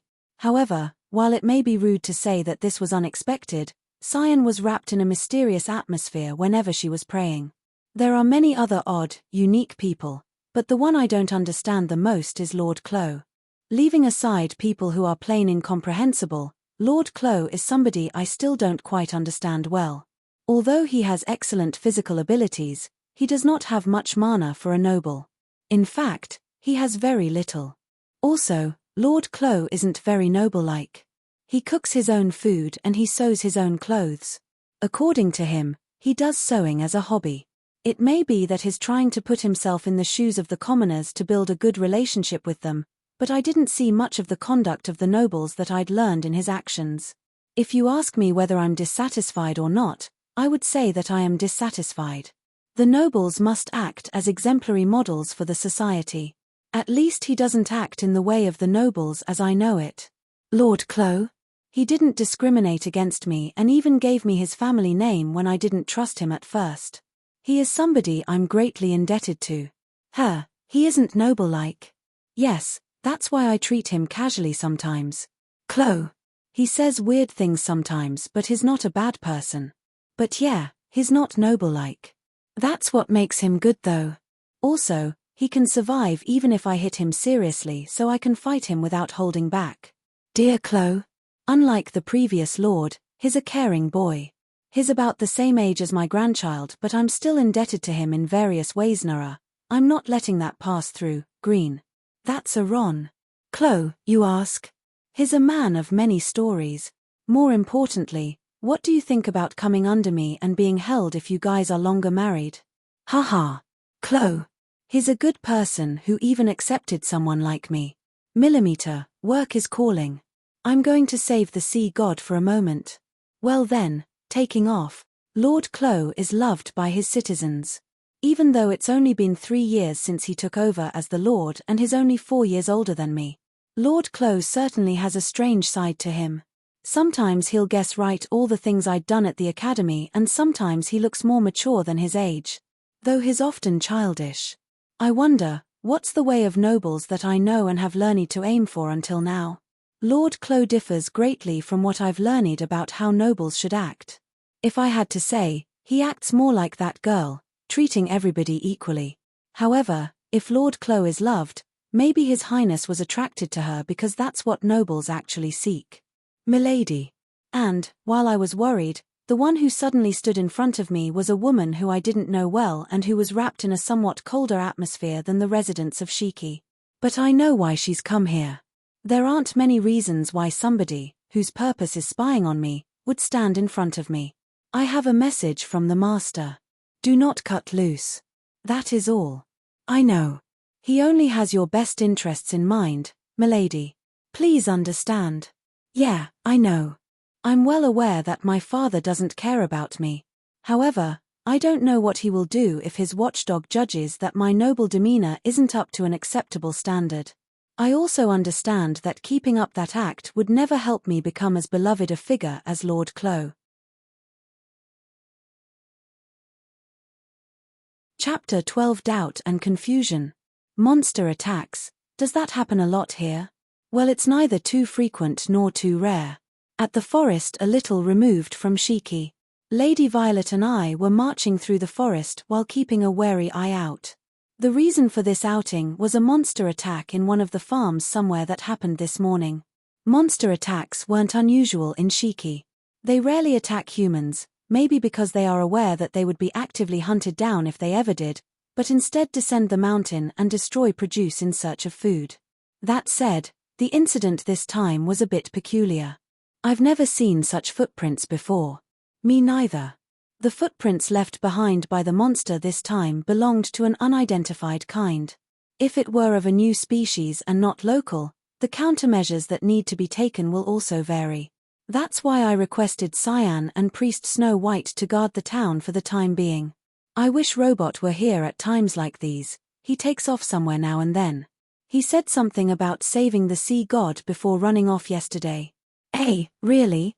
Then he probably won't be back for a few days. Judging from your reaction, this doesn't look like the first time something like this has happened. We'd have more firepower on our side with Robot, but it can't be helped if he's gone off to save the sea god. To be honest, I don't know much about the sea god and whatnot, but he mentioned it was for peace, so I suppose it's important. Anyway, that's why people capable of fighting have split up into groups and are sweeping the area. Since it's rather dangerous, I wanted Lady Violet to stay with the rest of the townspeople, but she volunteered saying she should participate all the more if so. While I was wondering if this was the right choice, I had to remind myself that she had way better command of magic than me. I've yet to see her put that power to practical use in a fight, but I'm sure her magic is stronger than mine. That said, since she was still unfamiliar with the territory, she had to team up with me to take part in the hunt. Probably because of the rain yesterday, the ground is squishy here and there. We need to be careful where we step. Yes. It's much easier to lose your balance than you think, so please watch out. It's been 3 weeks since Lady Violet arrived in Shiki. At first, she was a little lost and unfamiliar with the lifestyle here, but she has been unexpectedly proactive when it comes to helping out with my job or mingling with the townspeople. I feel like she hasn't quite accepted the townspeople into her fold yet, but she's exceeded my expectations with how fast she has accustomed to the lifestyle in Shiki. In fact, her wanting to join us in the hunt this time is also further proof of that. Just that, she's much different from the image I had of her. By the way, do you have any experience fighting in such an environment? I've had some training navigating through terrain with poor footing in the academy, but it was specifically maintained that way for training purposes. Right, the spot that's a little removed from the academy. I've seen many event cards related to that. Card? I remember event cards with scenarios like poor footing tripping up the love interest, hero, and him pinning down the protagonist, heroine, or conversely, the heroine tipping over and the hero embracing her to stop her fall. In short, it was a pretty convenient place perfect for events to happen. Anyway, like I mentioned before, I've never actually had to walk anywhere. I've grown used to it to an extent, but I apologize if I cause you any trouble. That's all right. Everyone starts somewhere. Partners exist to support each other. Sorry and thanks. No offense, but Lady Violet is a lot more honest than I expected. She doesn't treat all townspeople equally, but if she doesn't understand anything, she asks right away and helps around proactively. Even when it comes to cooking, after learning from me and Gray, she's able to handle a lot of it by herself, albeit slowly. As her stats were already crazy to begin with, she picks things up quickly. Though she hasn't fully accustomed to life in the country, which is no different from a commoner's, she's still making an effort to adapt. As I am a noble more or less and also her husband, I have a better standing than the heroine who is a commoner, but maybe I'm just seeing sides of her that I didn't know of. Eek. The ground is slushy. Are you all right? Lady Violet, that ivy can't support your weight. Gah. Oh thanks, Lord Clo. You really saved me. Not at all. I'm glad you're not hurt. I caught Lady Violet as she tripped, for which she thanked me. Maybe it's just a matter of course, but it clashes with the image of her in my head. When I held her for a moment, she felt so soft. No. Stop with the weird thoughts. Just focus on the hunt right now. Let's just set aside the fact that Lady Violet is incomparably soft and different from my expectations for later. Let's also not think of words like squishy or soft. Lord Clo. Shush. I wasn't thinking about anything. What? Oops, my mistake. This isn't the time to be making weird responses. Looks like Lady Violet sensed something. I switched gears, stood still and strained my ears to get a feel of our surroundings. Water. Yes, it seems to be. Upon trying to pick up sounds from around, what we heard wasn't the sound of nature or that of small animals but the sound of water.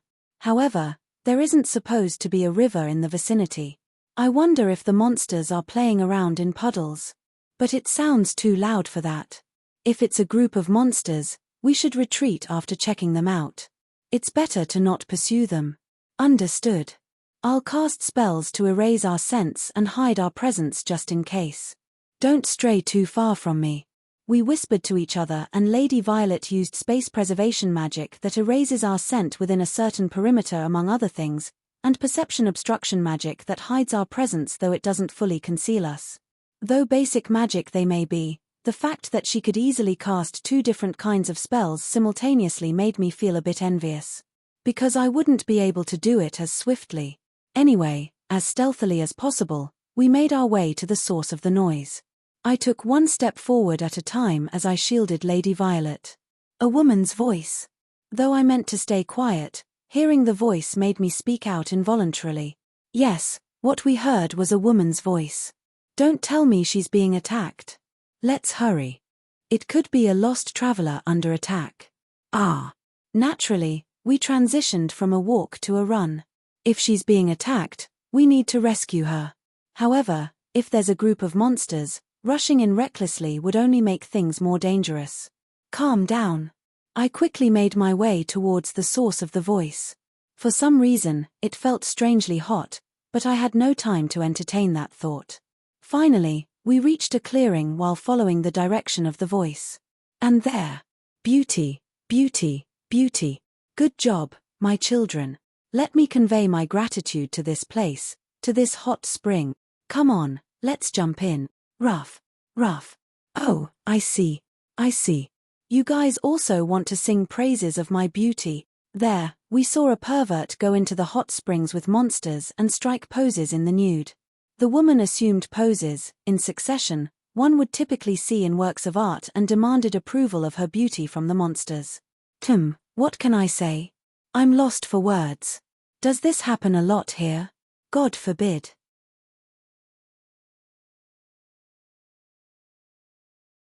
Chapter 13 Abrupt Encounter.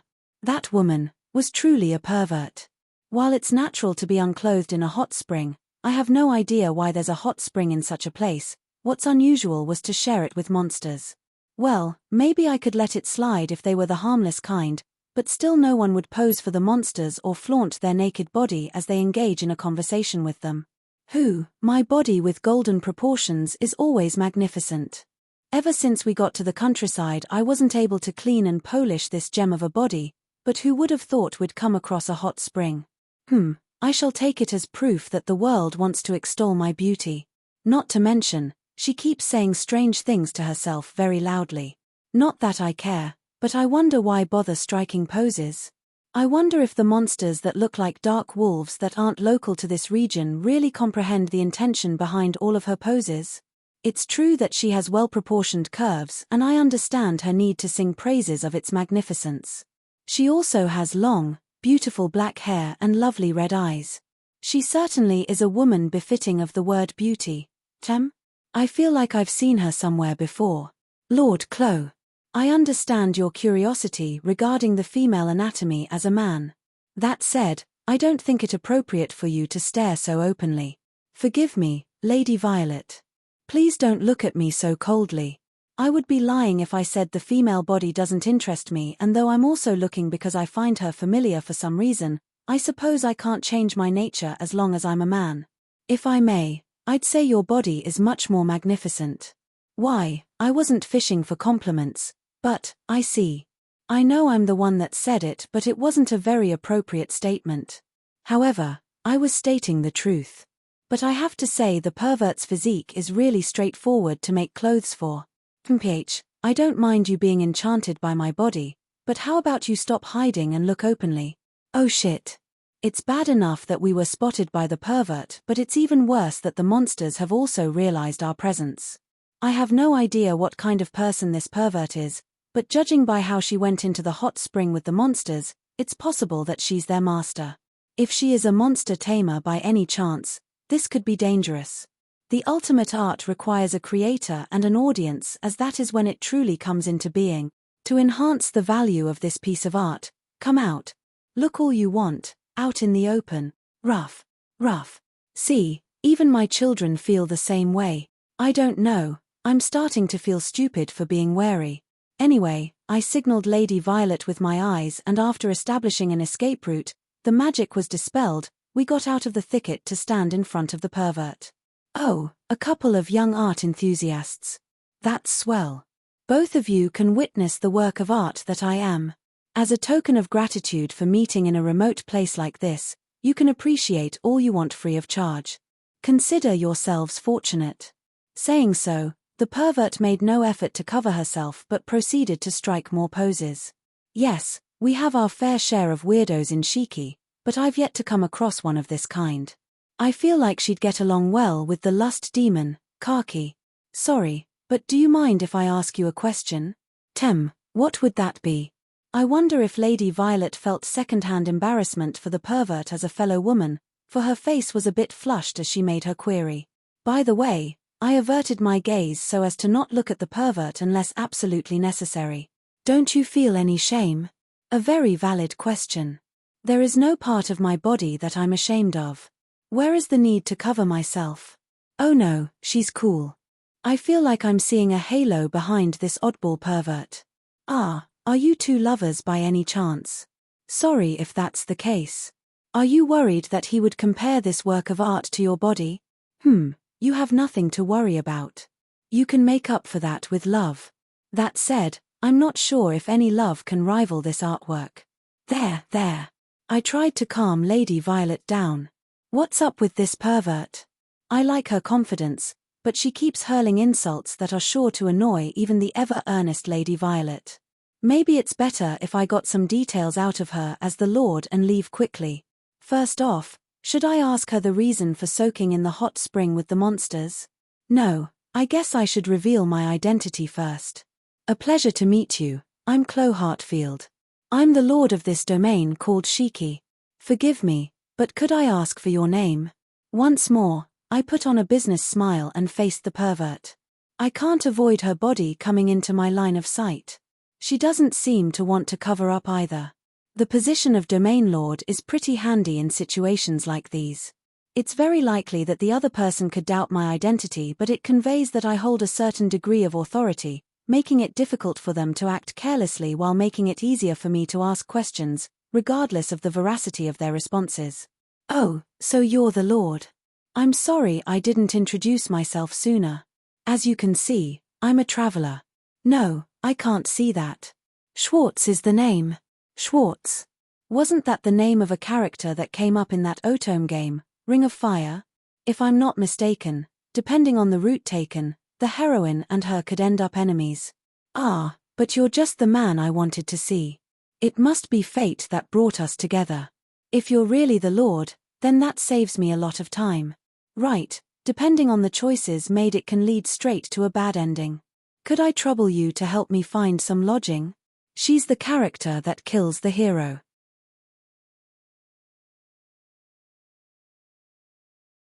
Chapter 14 Fun and Games. Shiki. I and Gray were helping Ms. Schwartz find suitable lodging. There are mainly 3 places that offer accommodations in Shiki. The tavern in Guild called Rainbow, the church, and the mansion of the domain lord, which would be mine. Usually I'd recommend Rainbow, where you can get 3 square meals a day and have a leisurely stay, but if the guest dislikes commotion and is indifferent towards religion, then I'd recommend the church. And when either is no good, or if the guest is someone of elevated status, then I'd suggest they stay at my mansion. Given that Ms. Schwartz wasn't averse to a boisterous atmosphere and had planned to stay for a week, I proposed she stay at Rainbow. I do apologize.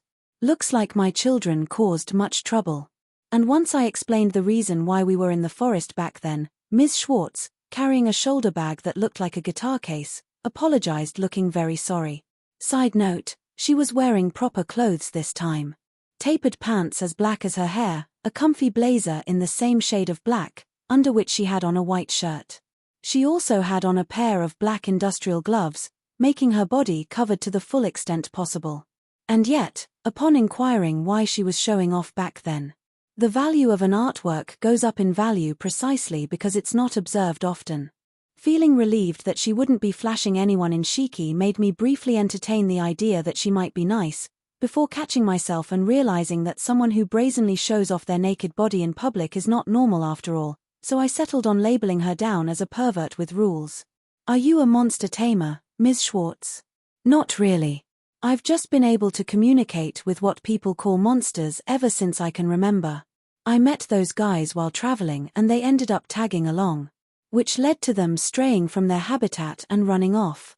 Monster tamers are basically people who can have monsters do their bidding. Among them, there are those capable of forming emotional bonds with monsters, but in Ms. Schwartz's case, she only seems to be able to communicate with them and doesn't have any under her control. She refers to them as my children, simply because she tends to refer to all monsters that follow her that way. Though, I know that there's a hint of truth and deception in that statement. That said, I do want to apologize to the victims and remunerate them appropriately. Could I trouble you to help me with that? That's all right, don't let it bother you. I would acquiesce if the attack had been intentional, but it appears it was merely a coincidence. The monster disturbance this time was not spearheaded by Ms. Schwartz, but simply the actions of the monsters that apparently followed her. It didn't result in casualties, and the monsters that were in the hot spring with her also went back to their habitat after being urged to do so by Ms. Schwartz. I couldn't possibly not do anything. All of this happened because I doted on them. It wouldn't be beautiful to take advantage of your kindness, turn a blind eye and go about my way. Though she does have a weird side to her, she seems to be earnest at heart. Had Lady Violet witnessed this side of her, she may not have tried to avoid her by saying, "You'll have to excuse me. I have to meet the victims and explain the situation. Then I'll have Grey show you around Shiki tomorrow." It's rather late now, and though Lady Violet has cleared things up earlier, I still need to provide a short explanation of the events to the townspeople myself. All right, let's do that. Sorry, and I'll be counting on you. Truth be told, Ms. Schwartz can't be trusted. The reason being, she's something akin to an assassin in the Otome game, Ring of Fire, and depending on how things pan out, she ends up killing the hero. She's briefly introduced at the start of the game, and depending on the route, she's the mysterious character who re-enters the game sometime in the middle. Sorry, but I'm just doing my job. Resent me if you want. That should lighten the load on you.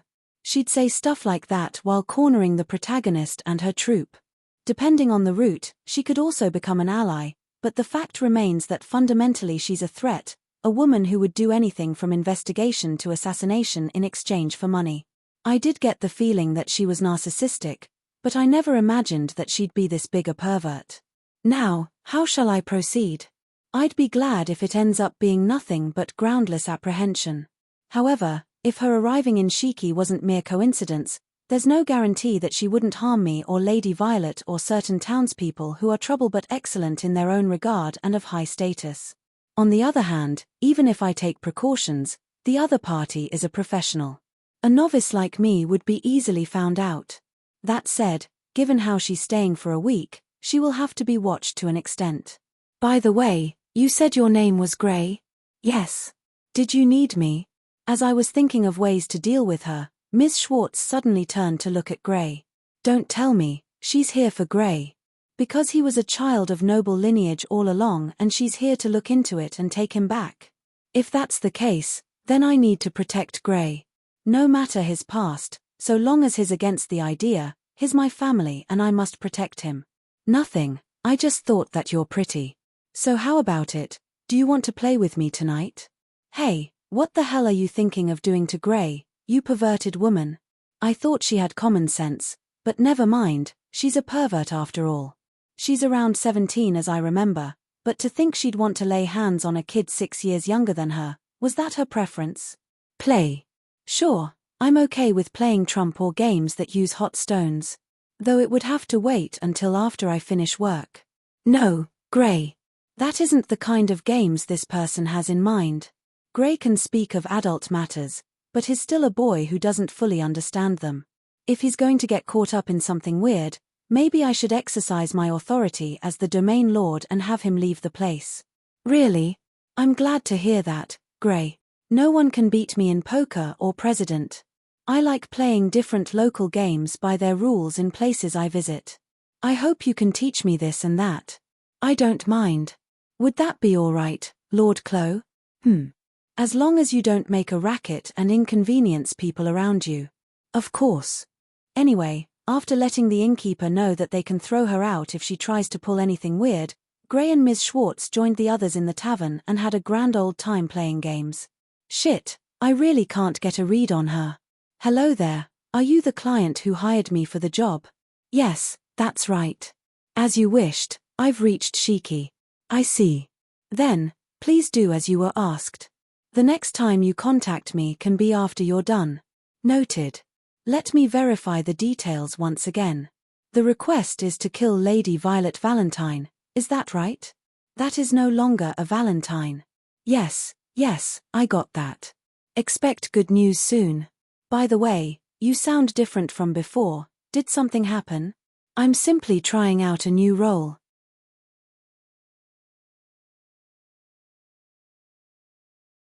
Chapter 15 Out of Character. Are you okay, Grey?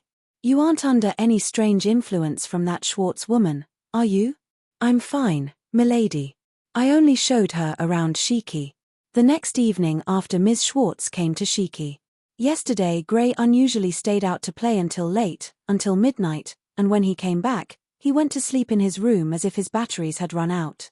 After waking up and having breakfast, showing Ms. Schwartz around Shiki and apologizing, he apparently went to play with the children of Shiki. Ms. Schwartz seems to like children, and in just one day she took such good care of the children that they all got attached to her. Gray was also smiling, so it seems she's really good at that sort of thing. More importantly, what have you been doing today and yesterday, Lord Clo? It's insane that you would trust Schwartz with Gray for the night. Lord Clo. Why is Milady so wary of Lady Schwartz? I think Gray would also be wary of her if he had the same shocking encounter with her like we did. To him, she's probably a gentle older sister who's fun to play with though. I told the innkeeper to be vigilant and Gray's excellent at protection magic, so there wasn't much to worry about. No, the other person being what she is, it wasn't like I had absolutely no worries. Plus I also had another business to take care of. Ms. Schwartz is a pretty serious person. From what I've heard, she gave out compensations as an apology for scaring people more rather than causing actual harm. It was to the point that the victim was troubled because Ms. Schwartz was trying to pay a lot. She seemed to have calmed down after being told that she could help with a different matter from tomorrow instead. I wonder what kind of talking techniques Ms. Schwartz used to make a total stranger go that far. You too, Lord Clo? Is it because of yesterday's encounter, after all? You. Of course not. If I let her continue, I felt like Lady Violet would say something like you didn't show any interest when it was me, so I cut her off before she managed to say it. If she said that, even Gray would think that I was acting leniently because I'd been fascinated by Ms. Schwartz's body. He looked like he didn't understand what was going on, but I didn't want to explain anything. Besides, as the Lord, I am always vigilant. There's a chance that she's a scammer who's trying to blend into Shiki by taking control of the children's hearts to commit fraud. I'm working on taking countermeasures and confirming her identity. Oh, was today's business related to that? That's right. Actually, there was another business I had to take care of, but I don't need to mention that. Besides, it's true that I'm vigilant. There are people observing Lady Violet under the guise of travelers and merchants, and the atmosphere in Shiki has been different recently. Amidst all that, a person who's troublesome even in Ring of Fire decided to stay in Shiki for a week. I have to be more careful than usual this week. If she's heading for the royal capital, His Highness might be in danger too. I murmured a small concern I had while wondering how to cook the vegetables in my hand. That's right. Even if Ms. Schwartz's reason for coming to Shiki is purely recreational, if she heads for the royal capital, there's a possibility that she might cause harm for His Highness and other people. If she's going to cause harm, I'd try to stop her even though I have no connections to His Highness. Though I don't know what would stop her. I can't prove her past crimes and I can't mention anything about crimes that she may commit in the future. The only thing I can do as somebody who'll be stopped by the military police if I go to the royal capital, is to protect Shiki's peace so she won't be able to threaten it. What's wrong, Gray? No, it's nothing. Gray was looking at me curiously. Did he hear me talking to myself just now? If he did, he probably wouldn't understand what I meant and he wouldn't connect it with Ms. Schwartz either. At least, Ms. Schwartz is just a good person right now. Clo, did you leer? That came out of nowhere. The next morning, Cyan, who came to sponge off our breakfast using the absence of the priest as an excuse and was eating with me, suddenly started treating me like a pervert. At least it's not a line I want to hear from somebody who remodeled her habit to make it easier to move around when kicking and whose clothes have a deep slit that exposes her thighs a lot when she moves intensely. Sorry, did you hear? That Schwartz person is bad news. I can't explain how exactly, but in any case, she's dangerous. You definitely did that on purpose. Also, your vocabulary is no less bad news. As she ate the tomato that had been pierced with a fork, Cyan chewed and folded her arms mysteriously. Looking at Cyan, Lady Violet was drinking her after-meal tea. She seems to have already gotten used to Cyan's unsisterly behavior. Though she was still surprised when Cyan opened the door suddenly this morning and demanded food. I got into a fight with that Schwartz person yesterday. What the hell are you doing to a guest, dumbass? Lady Violet almost choked on her tea after hearing what Cyan had just said. She had malice. When I talked to her, she said I wasn't beautiful and she also said stuff about my clothes so I couldn't help it. That's not a valid excuse. But if Cyan actually felt malice, maybe Ms. Schwartz was trying to do something? Cyan might be like this, but she's pretty sensitive to the presence of evil and demonic monsters. Perhaps Ms. Schwartz was trying to do something in Shiki, after all? Wasn't she just exposing herself to show off her beauty? Haha, that couldn't be it. Wait, why are you looking away, Chloe? Because I can't deny it. Anyway, when I tried to put her in check to exorcise the malice, she acted scared on purpose. On purpose? Yeah, I don't know how to put it well, but it felt like she took a defensive stance to act like an amateur despite being aware that I was keeping her in check. You're also something else for recognizing that. Besides, her median line didn't shift and the malice disappeared even though I didn't exorcise anything. It might have been my imagination, but I thought it would be better to be careful, so I came here to warn you. Thanks for the meal. Sister Cyan, there will be black tea from the Eastern Country after dinner. I remember you mentioned liking it before. You're as thoughtful as ever, Ray. Thank you for the compliment. After hearing this story, I was even more worried about what to do. I can't judge whether that malice was something brought by Ms. Schwartz's past or if it had anything to do with something she tried to do here. What I do know is that Ms. Schwartz has become wary of Cyan now, so the chances of her acting openly have decreased. Lord Chloe, I'm also curious, but it's not good to have too much suspicion. There's a possibility that you're making her uncomfortable by treating her like a criminal even before she's done any harm. Those don't sound like the words of a person who was so worried about Grey yesterday and wary of Ms. Schwartz. Millimeter, that's true, but were you not the one who said that she was a serious person, Lord Chloe? You're right. I nodded at Lady Violet's words and decided to stop thinking about the countermeasures now. It's definitely not good to be too worried. Maybe the anxiety I felt yesterday was unfounded, and it's possible that Ms. Schwartz, who was a character in Ring of Fire, and Ms. Schwartz, who's staying here now, are completely unrelated. Say, Ray, are those two always like that at home? Yes. Is something wrong? Just thought that they don't look like a married couple. Is that so?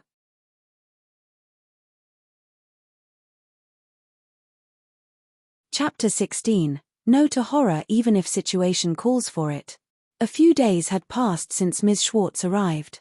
Even if I had my eye out for her, I couldn't possibly neglect my work as the domain lord, so I was doing all the paperwork with Lady Violet. I've left the job of monitoring Ms. Schwartz to Grey and Cyan. That said, all Grey does is play games with her. A town in a countryside like this has comparatively less paperwork, but occasionally the antics of those wayward nobles make paperwork flood in. I wish they would try to strengthen their foundation rather than harass others, but I can't completely ignore it either. While dealing with it in a haphazard manner, it sometimes leads to weird contracts. What's this? Was it part of the arrangement? Ah, Lady Violet. Sorry to disturb you. I wanted to ask you about this sentence here. Lady Violet was leagues superior to me in matters of this sort. It could probably be attributed to years of education she received as the prospective queen, for she was well informed on matters of law, noble affairs, and she was also quick at pointing out errors in written documents or contracts. Lady Violet assists me with work that would originally fall on me to finish, as if it were only natural she does so, and I've allowed myself to be spoiled by her willingness. Let me see. It's a new law that came to pass in the capital recently. Concerning the issue of permissible extent of territory Marquis and Margrave families can possess. I see, it makes sense that I don't know about it. After receiving a thorough explanation, I made my way back to my table in the study, which was some distance away from the small desk Lady Violet was working from. In the silence of the room, the only sounds that echoed were pens scratching on paper and seals being stamped. Maybe it's a given in the midst of work, but apart from verifying a few things here and there, we barely talk to each other. Done with this pile. Lady Violet finished looking over one heap of documents and moved on to another pertaining to a different field. She did show some exhaustion. Regardless, one could see the elegance in her bearing and expressions even if they weren't too extravagant. Lady Violet always carried herself elegantly. Her movements were that of someone conscious of being in the public eye. Her back was seldom hunched, and even the way she brushed away her bangs was careful and concise. I suppose it was her way of expressing her femininity, so to speak. Her mannerisms wouldn't change even in my absence, as it was her way of asserting her sense of self even in private. She has the pride of a noble, something that's missing in me, which I very much like. I was under the impression she had eased up a bit. However, she seems to be throwing herself more into work lately. It looked like she immersed herself in work, as if she was trying to break free, as though she was afraid of the eyes on her. I'd be glad if it was just me overanalyzing things and she's simply earnest in her endeavor to help me with my work. But if that isn't the case, maybe I should decide on how to celebrate the 1-month anniversary of her arriving in Shiki that I had been planning. If she'd rather it be a private affair, then maybe I could give her the gift from Gray and me, that was delivered secretly today, and decorate the trees in the garden. Sorry to disturb you, but there are many matters I can't come to a decision on my own, Lord Clo. Yes. Sure. Where do we start? I was completely lost in thought when I suddenly found Lady Violet next to me. This won't do. She can be absent-minded at times, but she's fundamentally very sharp. If I'm so distracted, forget surprising her, I could end up making her angry instead. I stopped writing, turned around to face Lady Violet and waited for her to speak. She had on a very earnest expression. But is the matter at hand that complicated? It's about this robot dispatch fee, an invoice to the next town over. It needs nothing but a signature. It's not the first invoice of its kind, and somehow a sign is enough for an approval. Really? Yes, I don't know why, but that's enough. Occasionally, the repair expenses cancel out the dispatch fee, which is a huge help. What about this Devil Descent Day of the Dark Magic Congregation? That's a letter of summons to a real dark mage, Orchid. Just in case, it was sent to all the towns in this area. I know it says devil, but it's just an association that worships a black cat. They apparently get together to sing praises of a black cat owned by one of the members of the congregation. What's this listing adorned by a cross on both sides? That is a written request from the delusional edgelord, Apricot, titled Hell's Lament is my armor. Long story short, it's a request asking for a magic testing lab, that's both sturdy and large, to be built using town funds. Naturally, it's to be dismissed. About this request to create resuscitation pills. It's nothing new. Feel free to ignore it. Bring into town more females ranging from the apparent ages of 10s through 70s, it says. It's nothing new. I'll go beat him up later. The job of a domain lord is complicated and strange. Not really, I think that's only because it's Shikkim. A knock and someone's voice. As Lady Violet was occupied with matters of a world entirely new to her, there was an abrupt knock on the door. It sounded impatient, as if the person was in a hurry. Who is it? Gray would simply enter without knocking, and if it were Cyan, she'd even break the door down if she had to. We took a break from paperwork and left the study. As we neared the front door, the voice got louder, making it apparent that something was wrong, so I rushed to open the door. Whereupon, I found Ms. Blue, a resident of Shiki, standing outside. Kid was. Calm down, Ms. Blue. First, explain what happened. I'd never seen Ms. Blue look so terribly flustered. Realizing something was wrong, I ran up to her and Lady Violet soon followed, looking worried. Lady Violet rubbed her back in an effort to calm her down. Ms. Blue slowly stopped hyperventilating and regained some of her composure. Also, I thought. My kid was abducted by a monster, and proceeded to inform us of the incident happening at that very moment.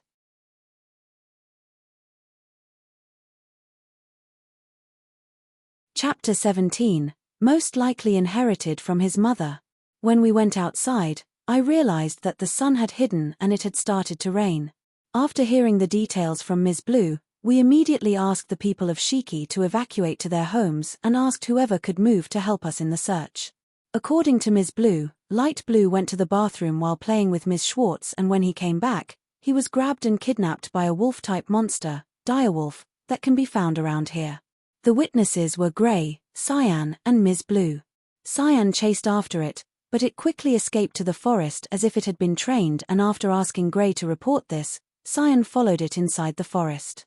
Hearing that, Gray told Ms. Blue to contact me while calming her down, and then went to Ms. Schwartz's house to explain the situation and keep watch. It can't be helped that you all suspect me. I'm a traveler, I can communicate with my children, and I was also playing with Light Blue and the others. It's not strange for me, who has neither credibility nor your trust, to be surveilled. However, if possible, I would like to cooperate with the search." Ms. Schwartz, who heard about the situation, was extremely panicked but seemed to have decided that it was not wise to act immediately due to the situation being what it was. I had to be there, at the very least, or she would only look more suspicious even if she moved. Since there is no hard evidence against her involvement, this uproar should be resolved by the people of Shiki alone. But, what should I do? I observed her movements over the last few days, but it didn't look like she would hurt children. Though, if she's really that Ms. Schwartz, I'd be worried about allowing her to cooperate with us or even just staying here. I am worried, but... Ms. Schwartz, can you help us with the search? Gray, Lady Violet, and Ms. Schwartz, who my words were directed at, opened their eyes wide. Is that fine, Chloe? Yes. Ms. Schwartz, I will have you talk with the monsters and expand the search area. I feel bad asking this to a guest, but I am counting on your cooperation. I will not skimp out on the reward. I bowed my head to Ms. Schwartz and asked for her cooperation, whilst fully aware of how rude I was being. There is no time. I'm worried, but right now we need as many people as possible. I'm going to use whatever I can when a life is at stake. I don't need a reward. Right now we have to work together. Is that fine, Violet? I understand your wariness of me, but I ask that you put it on hold for now. It's Lord Chloe's decision. I won't complain. Lady Violet seemed a little dissatisfied, but I will apologize for this later. Well then, according to the witness testimony, the direwolf headed for the mountain from the square. Ms. Schwartz, you will join me and Gray in the search towards the big tree in the southeast. Lady Violet will go with Apricot's group and follow Cyan's footsteps towards the cave, and Orchid will wait with the priest near the church to look for the injured. I asked other people who could move to search the surrounding area as well. For people who had no combat abilities, they could simply check the area in a range that would be easy for them to escape from and return. I asked them to send a signal by activating some kind of magic in the sky if they found them. And I also wanted them to explain the current situation to Cyan if they met her on the way. The visibility is poor due to the rain, so monsters might also be agitated. Please don't forget to light the fire with a pyrostone. Well then, let's hurry. As expected, the direwolf's footprints had disappeared at the entrance of the forest. Direwolf is a relatively clever wolf-type monster. In the forest, it will jump from tree to tree and sprint from branch to branch to avoid being tracked by its footprints. Of course, the branches are not completely unbreakable, and the direwolf will also shed fur, so it's not impossible for someone with knowledge to track it down. But there's one thing that's bothering me. Direwolves rarely attack people directly. That's right. Direwolves rarely attack people. It's because they're clearly weaker than humans. It's a different matter if they're against small children, but even if they have the leg strength to run or jump, they are clearly vulnerable to impact, and they're such fragile monsters that they will die if they charge at somebody, so they're unlikely to make enemies. It doesn't look like it gained any special powers due to its environment. The birds don't seem to have seen anything like that either. Ms. Schwartz was gathering information by talking to the monsters we met on the way. I knew about her from the plot of Ring of Fire, but she's very useful. Even though we've entered the monster's habitat, we didn't have to engage in any battles thanks to her talking to them. Chloe, this might be the wrong time and place, but I want to ask something. While Gray and I were calling out to the surroundings, Miss Schwartz talked to me in a low volume that Gray couldn't hear. She looked unusually meek for somebody who was always full of confidence. Why did you allow me to join the search? Frankly speaking, it was partly because Gray and I would be able to deal with her the best if something happened, so I wanted her to be close. But the biggest reason was because you seemed to be having a lot of fun playing with the children. I thought you were really concerned for the boy. I see. The biggest reason was that I didn't think she looked like somebody who would harm children. Gray seemed to be really having a lot of fun these past few days, and the occasional sight of him playing didn't look like an act. That's why I thought it would be best for her to join the search under surveillance now. In that case, I will also search him. I don't know what she thought about my answer, but after a short while, Ms. Schwartz switched her gears and was going to resume the search. However, perhaps having sensed something, she turned her attention to a slightly different direction than the one we were heading towards. What's wrong? Looks like this child saw a boy who looked like light blue ahead. Really? Hearing that, we ran towards the place where it saw the boy. The soil was muddy because of the rain, but I chose a relatively hard ground to run on so as to not slow down as much as possible. After running a dozens of meters, in an open space with a part of the trees being gone was. No. Horses run fast and shoot arrows. GGRR. You can't shoot arrows? Okay, then I'll teach you. GR. Light blue playing with the monster. Moreover, the boy was on top, as if they were playing horsey.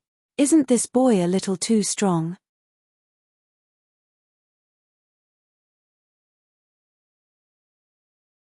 Chapter 18. Strange Feeling. You know, the horse wanted to play with me, so I gave it some food and played with it. On our way back to Shiki, Light Blue explained the series of events, oh so innocently. There was no indication that this kid was abducted or attacked whatsoever, but his only response to the direwolf that carried him by the scruff of his neck was, "It wants to play with me." I suppose I should call it a child's intuition instead. Incidentally, he keeps calling the monster horse, because, a horse takes you anywhere when you feed it, right? Said he. I think I should have Ms. Blue explain to him, from scratch, the danger posed by monsters. Ms. Schwartz conversed with the direwolf that abducted Light Blue and had it return to its pack in the forest. On our way back, Gray released the signal that Light Blue had been found safe and sound, and upon regrouping with the other search parties, we ensured that everyone was unharmed before returning to Shiki. Mommy. I suppose she knew that we were returning with him owing to the signal, for Ms. Blue stood at the entrance to the forest along with other children, and upon seeing us emerge, they rushed to us and Ms. Blue wept tears as she hugged Light Blue. While the embraced Light Blue had no idea what was happening and looked completely baffled. The townspeople heaved a sigh of relief at witnessing the reunion of the parent with child, and considered the problem resolved. You okay, Mommy? You said you won't step out in the rain because the face lotion you secretly apply will come off. Child, stop. Ms. Blue, drained of all tears, looked at her child and grinned. And quietly bonked him on his head.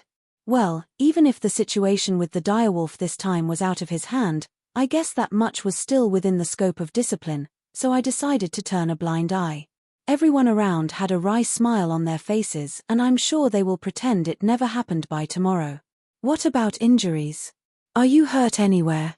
What about a gash from the direwolf's fangs? Or scratches you got from wading through trees? Listen, you shouldn't hide any injuries from a doctor. Small bruises can turn into scars later. So, you better show me all your injuries. Come on, hurry. Hey, Ivory. Chill out. How could I? This is an isolated case. Of course, I must use the opportunity to observe and commit all details to memory. The deviant doctor, Ivory, tried to get close to the patient while her breathing was ragged. I can understand that she's worried about his well-being as a doctor, but panting that hard only makes her look suspicious. That said, Light Blue has already received some simple healing, but should he need further treatment, we have no choice but to rely on this doctor. Well then, I shall take my leave first. Rain doesn't agree with my hair. I need to get into the bath as soon as possible. Okay, thanks for today. We found him quickly thanks to you. I'll visit you with the reward later.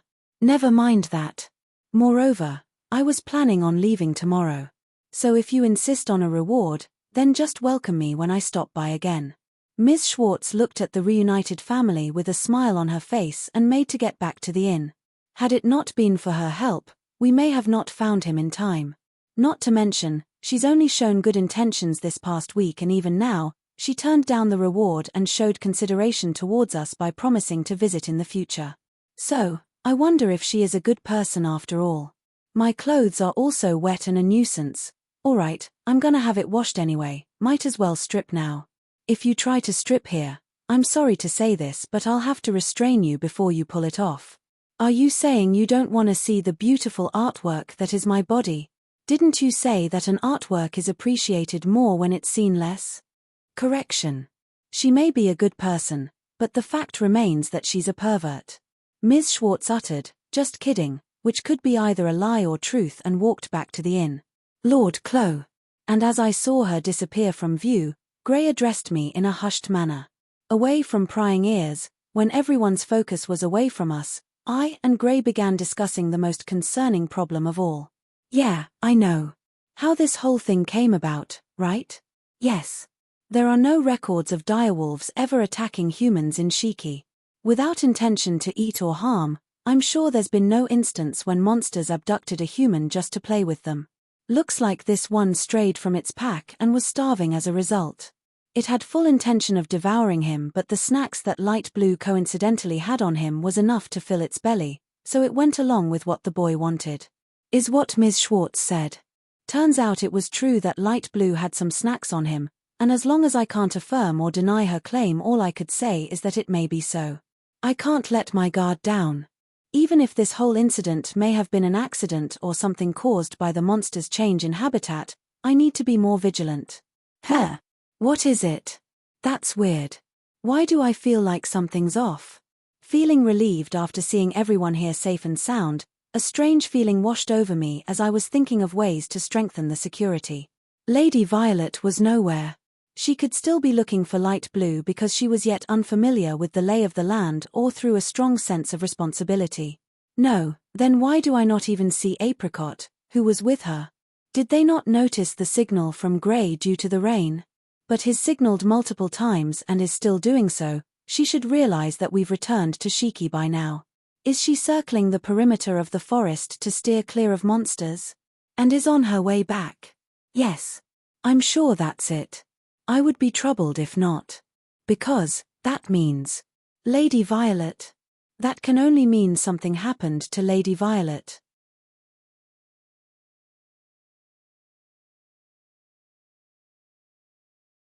Chapter 19. There is absolutely no twist to the enemy. My leg hurts. I never thought we would be attacked by a monster and I'd slip on the muddy soil. Right now I'm resting at a cave where I can shelter from the driving rain with Apricot and Ms. Cyan, who we joined on the way, but at this rate we'll be like the hunters becoming the hunted. I'm sorry, Apricot. You even had to treat me. Worry not. As I have abandoned the sacred hegemony, my magic belongs to the darkness and fire. Thus, it is not bad for thee to get some peace to heal your injuries. I see, thank you. Yeah. I still have no idea what she's talking about. If I had to guess, I think she's saying something like, "Don't worry about it. I'm not good at healing magic, so I can only do first aid, but you should rest. By the way, I'm surprised you had bandages on you. Did you keep them in the pocket of your robe?" "No, those are the ones I was wearing." "No, never mind. There is no way to know when my kin shall need them. They were merely a seal for Evil Gate. A mere fragment of its power." "I see. I wonder what's Evil Gate. I'll try asking Lord Clo if we can safely overcome this situation, if I can stay unscathed, that is. We were attacked by the same wolf-type monster as the wolf that kidnapped the boy, but it was Fenrir, a monster that's rarely seen around here. With a total length of more than 2 meters, it can attenuate magical attacks and its strong body can kill a heavily armored soldier with a single blow. That hurts. I carelessly provoked it and it recognized us as its enemies, so it'll come after us eventually. I'm sorry, Ms. Cyan, you had to protect me. It's fine, don't worry. You were attacked suddenly, after all. You can't think about that all the time. By nature, Fenrir is a monster that won't attack unless you attack it first or violate its territory. Nevertheless, the Fenrir that appeared before us attacked us out of nowhere. A question arose as to why it did so. However, I had no time to ponder about it, because Ms. Cyan drew its attention by punching it, and Apricot and I, who were relatively accustomed to magic and combat, bought time to let others escape. We tried to escape when it was somewhat wounded and frightened, but I slipped on the soil and fell down. Just as Fenrir tried to attack me, Ms. Cyan protected me and was lightly wounded. I was honestly surprised that Ms. Cyan swung her fist to counter and blinded Fenrir's eyes. Thanks to that, Fenrir ran away. I hope Kaki and the others returned to Shiki and reported the situation. There was a signal that Clo's group returned to Shiki too, so I hope they evacuated. Oh. Ms. Cyan, Is it the wound you got from protecting me? It's fine, it's fine. I just felt a bit uncomfortable because I'm not a good healer.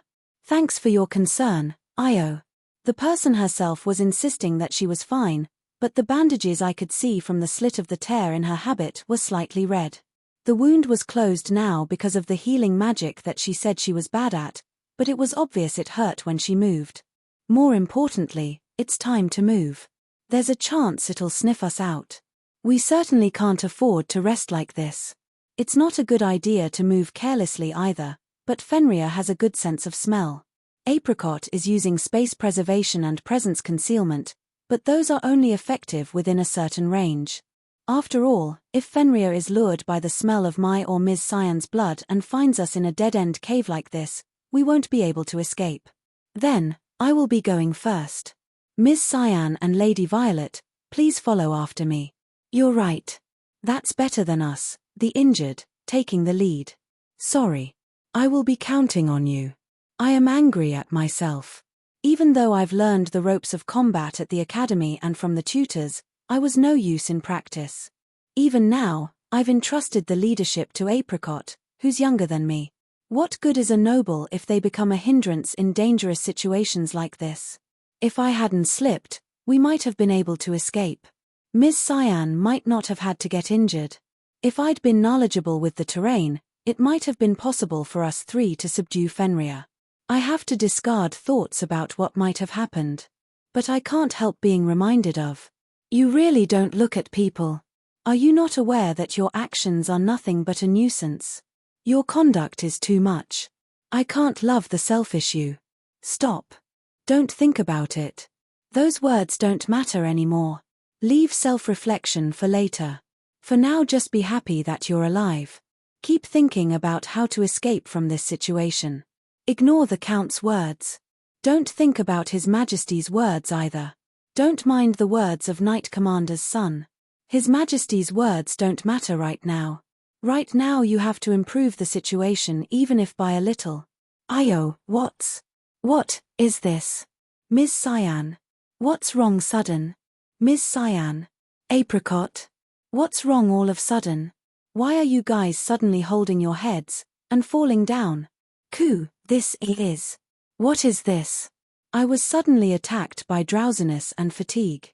It was like a wave of emotions that stole the freedom of my whole body and made me unable to stand, for a reason unrelated to the pain in my leg. Is this magic? Even if it is, I've never heard of Fenrir being able to cast this kind of magic. Then, it has to be some other monster, or, hey there, good evening. Yes, or maybe. If the usage of this magic was unrelated to the monster. If it was used by the person who appeared in front of us right now and is standing at the entrance of the cave, it's nothing but clear evidence of malice. Sorry, but I had to put those two to sleep. Don't worry, I won't harm them. As expected, I wasn't wrong to be wary, though it makes me a little sad to think that her expression of worrying about that child or the way she was having fun was a lie. The one standing there was. Well then, I will kill you as requested, Violet. Standing behind one-eyed Fenrir was Author's note. Apricot. A 14Y0 delusional edgelord with real abilities. She's bandaged even though she's not injured and is wearing a witch-like robe and a big hat. Her eye patch, sealed right eye, makes her totally blind so she doesn't use it outside. This time she was wearing a robe in rain so she had to struggle after it absorbed all the rain. But she still won't take it off.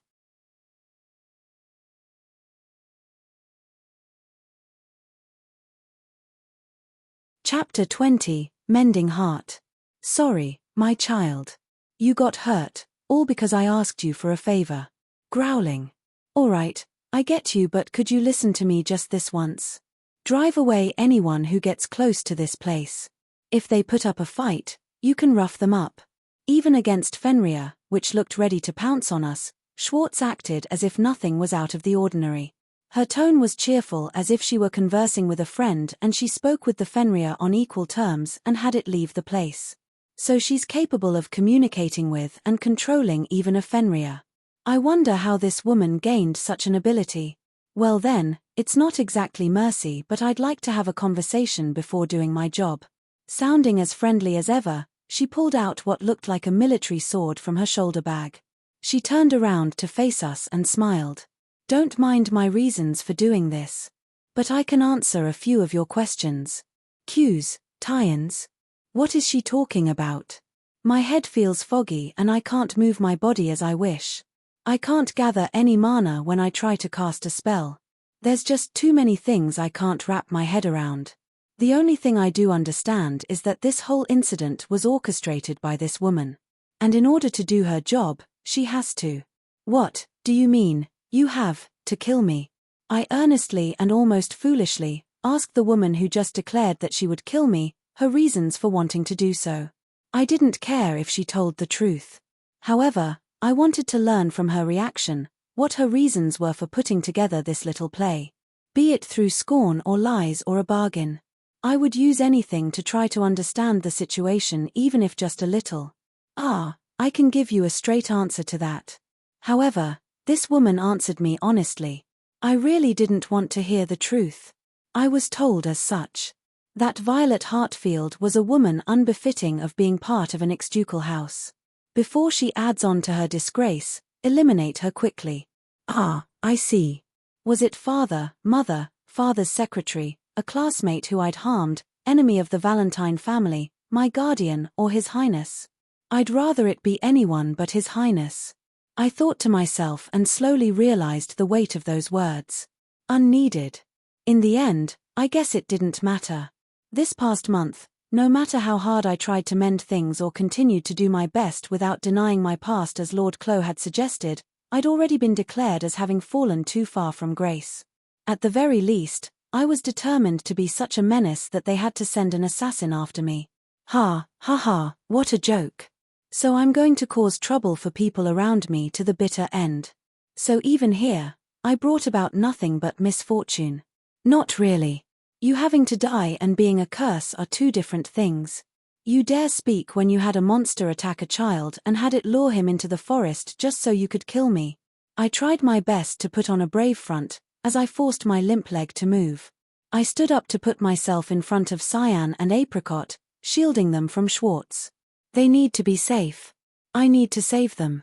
Maybe then, even the likes of me, at least in the end, would. I was against that too. However, Schwartz's response was different from what I was expecting. The client, who expressed interest in my children, wanted one of them, so I had one follow him.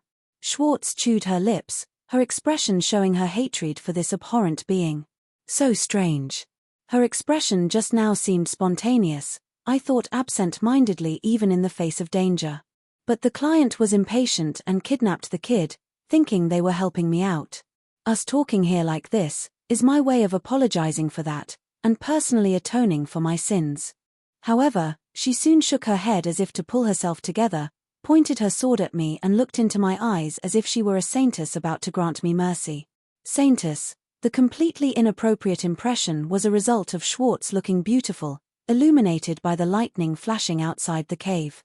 Her speech and conduct are strange, but she is certainly beautiful. Schwartz approached me one step at a time. Her movements were measured. The aura around her was so cold that it felt like she would immediately lop my head off, if I were to try to cast a spell. Will you harm Ms. Cyan or Apricot? I'll convince Fenrir to leave them be. I'm glad to hear that. Upon hearing her answer, a smile, unlike the one from before, escaped my lips. How strange. That I would smile when someone is trying to kill me. Did I give in to despair? Maybe so. But the thought that no one would end up losing their life after becoming involved with the likes of me gave me some solace. But this kind of thinking might make Lord Clo angry with me. Please don't deny the part of yourself that fell in love with someone and always put her best foot forward. Lord Clo accepted me and said that I should be proud of myself. We never got to do anything remotely romantic. Would he mourn me if I died? Or would he be relieved that a troublesome woman was gone for good? That would make me a bit sad. Even though I'm not good enough to be entitled to do so. Don't worry. To carry out this job, the surroundings were. And when the sword was just shy of my skin, a shadow appeared behind Schwartz. The moment she became aware of the presence behind, Schwartz ducked and a fist swung from the side at the spot her head had been a few seconds ago. The shadow lost no time to cast a spell and set fire under her feet, which had Schwartz leaping to the side to put some distance between them, but she soon flipped over and quickly regained her balance. The shadow put itself between me and Schwartz, and stepped forward, shielding me. Who? The back looked familiar. Though he was shorter than His Highness, strangely enough, his back felt much bigger. The very unaristocratic man that I was growing used to seeing. Good evening. It's been a while. Standing there. Well, I'm in no mood to listen to your excuses, Ms. Schwartz. Was Lord Clo.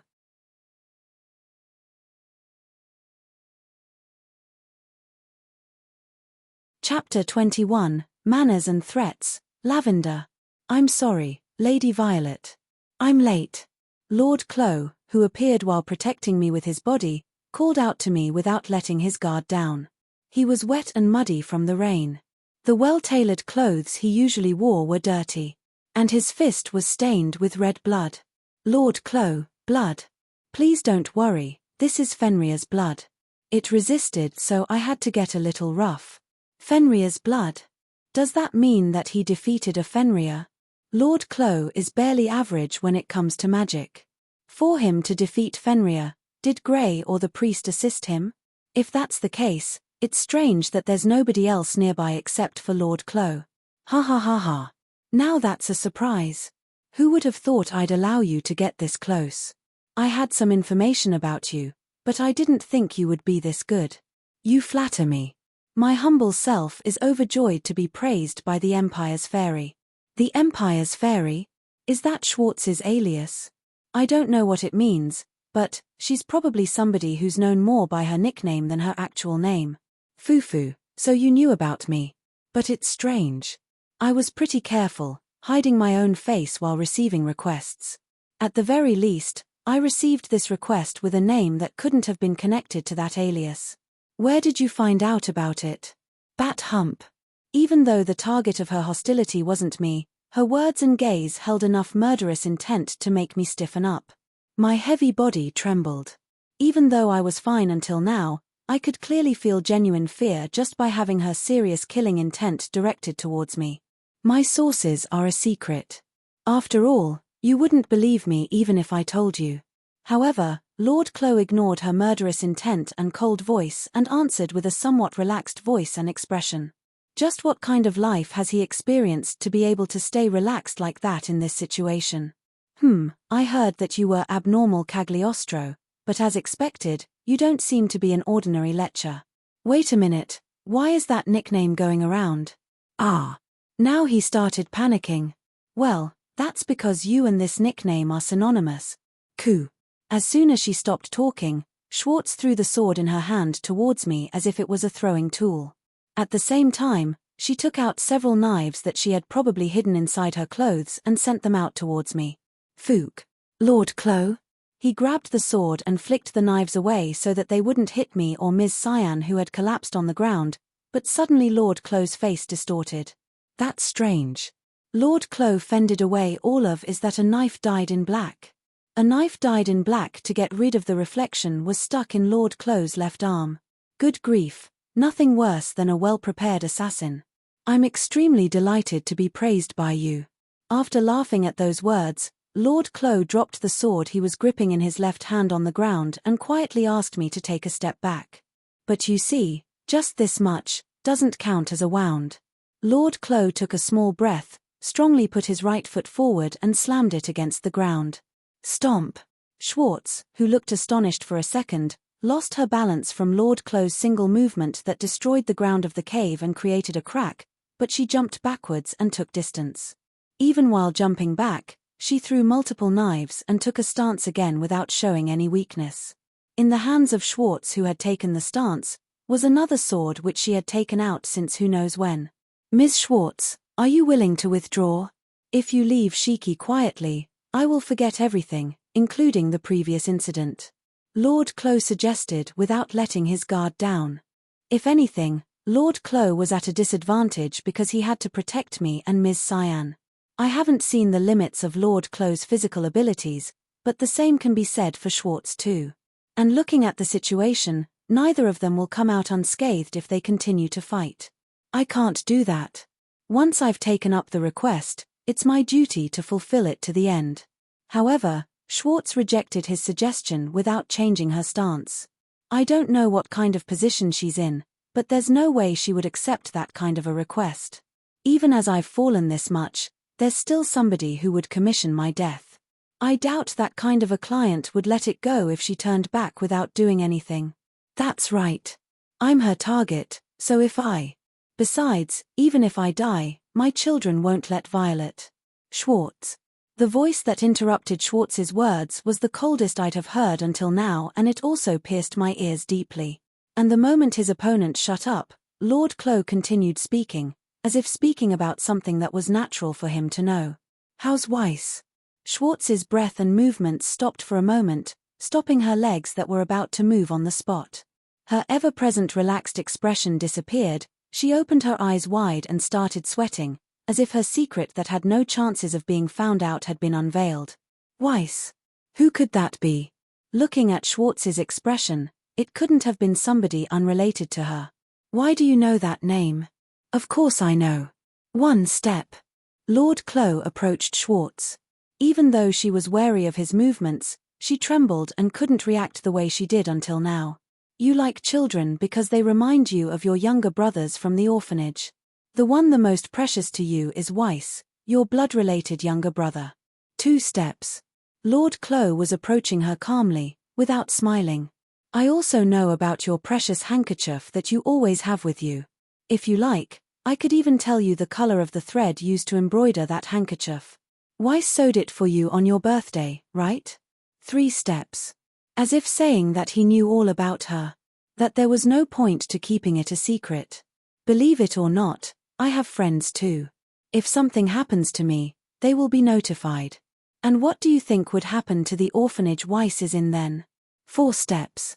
He walked up to her closely and grabbed the neck of Schwartz, who still hadn't managed to grasp the situation, with his right hand. After lightly pushing her upwards and forcing her to meet his gaze, Lord Clow continued speaking, as if trying to persuade her. Listen, Schwartz. I know who your client is. And I even have that woman restrained. Do you understand what I want to say? It all depends on you, he implied. After giving her a choice, he gave an order that didn't accept any opinions. If Weiss is important to you, leave this place quietly right this instant. If you don't, I'll kill you. Lord Clow declared.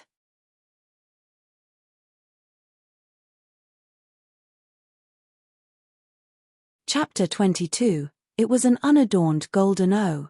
I had a hard time recalling information about Schwartz.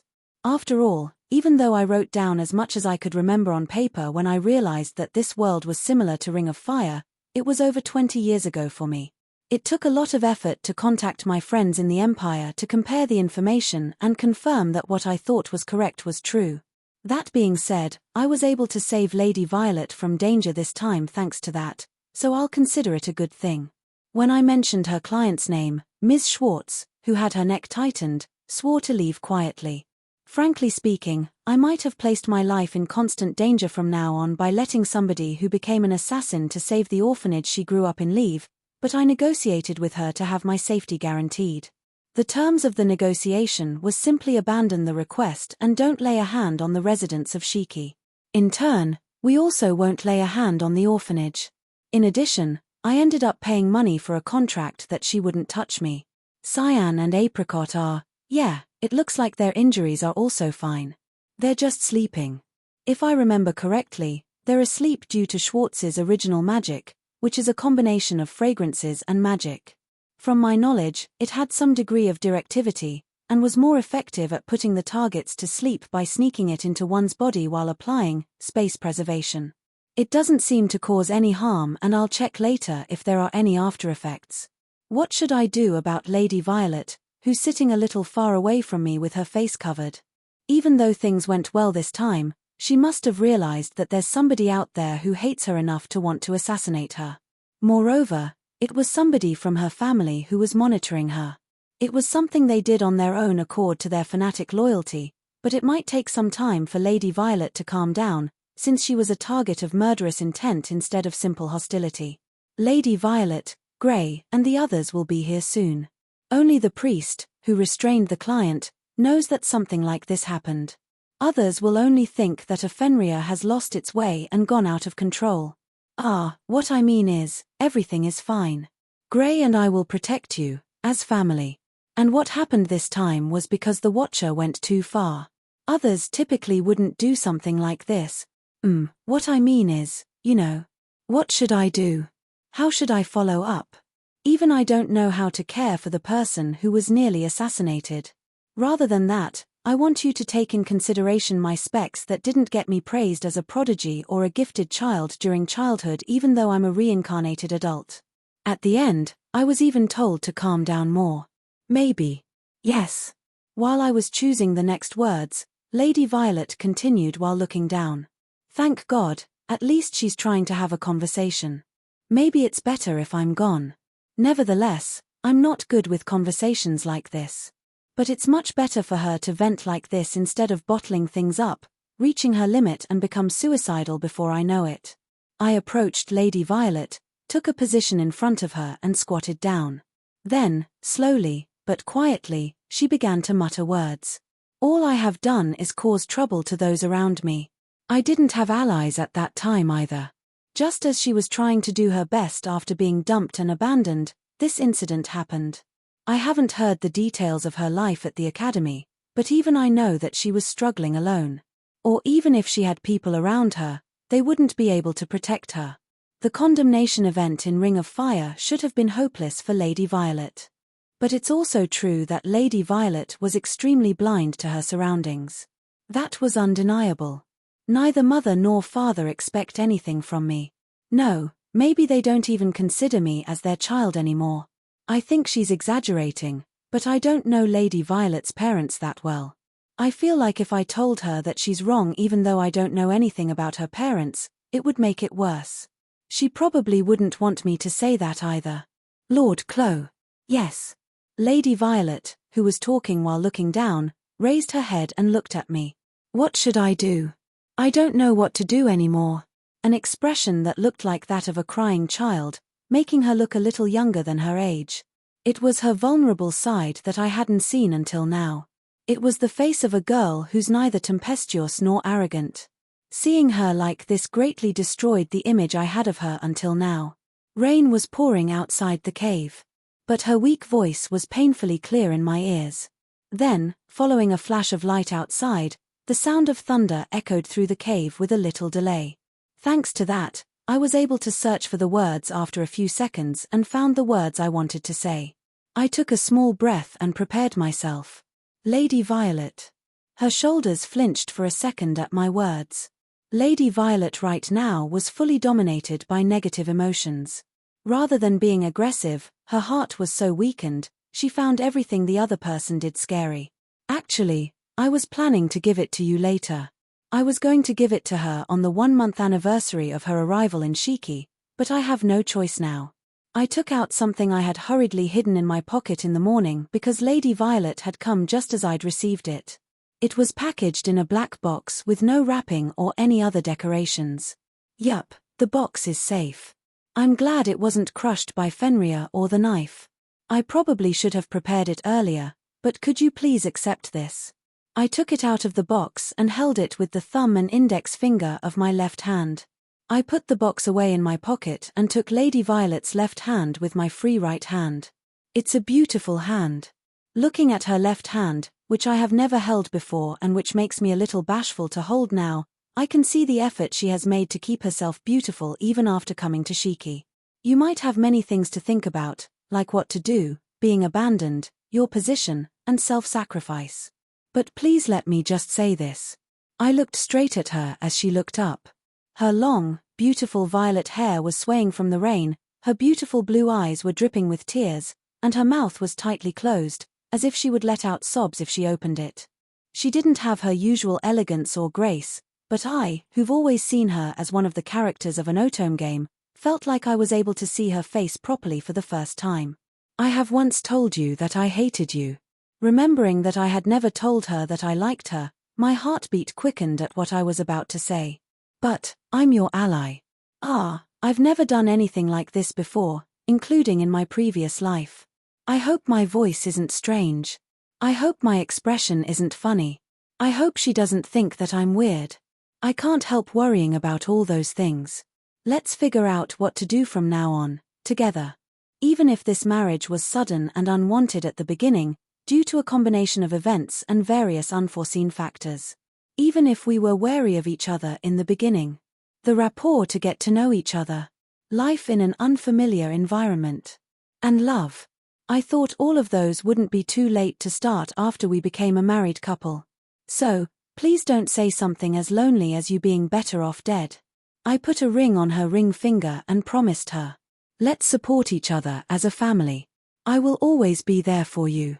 You're tuning in to the Dreamy Chapters YouTube channel.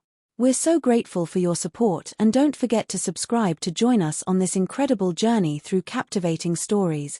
Your generosity through donations truly makes a world of difference, as it's the primary source of revenue that allows me to expand and enhance this channel for you. Thank you from the bottom of my heart for being a part of this adventure.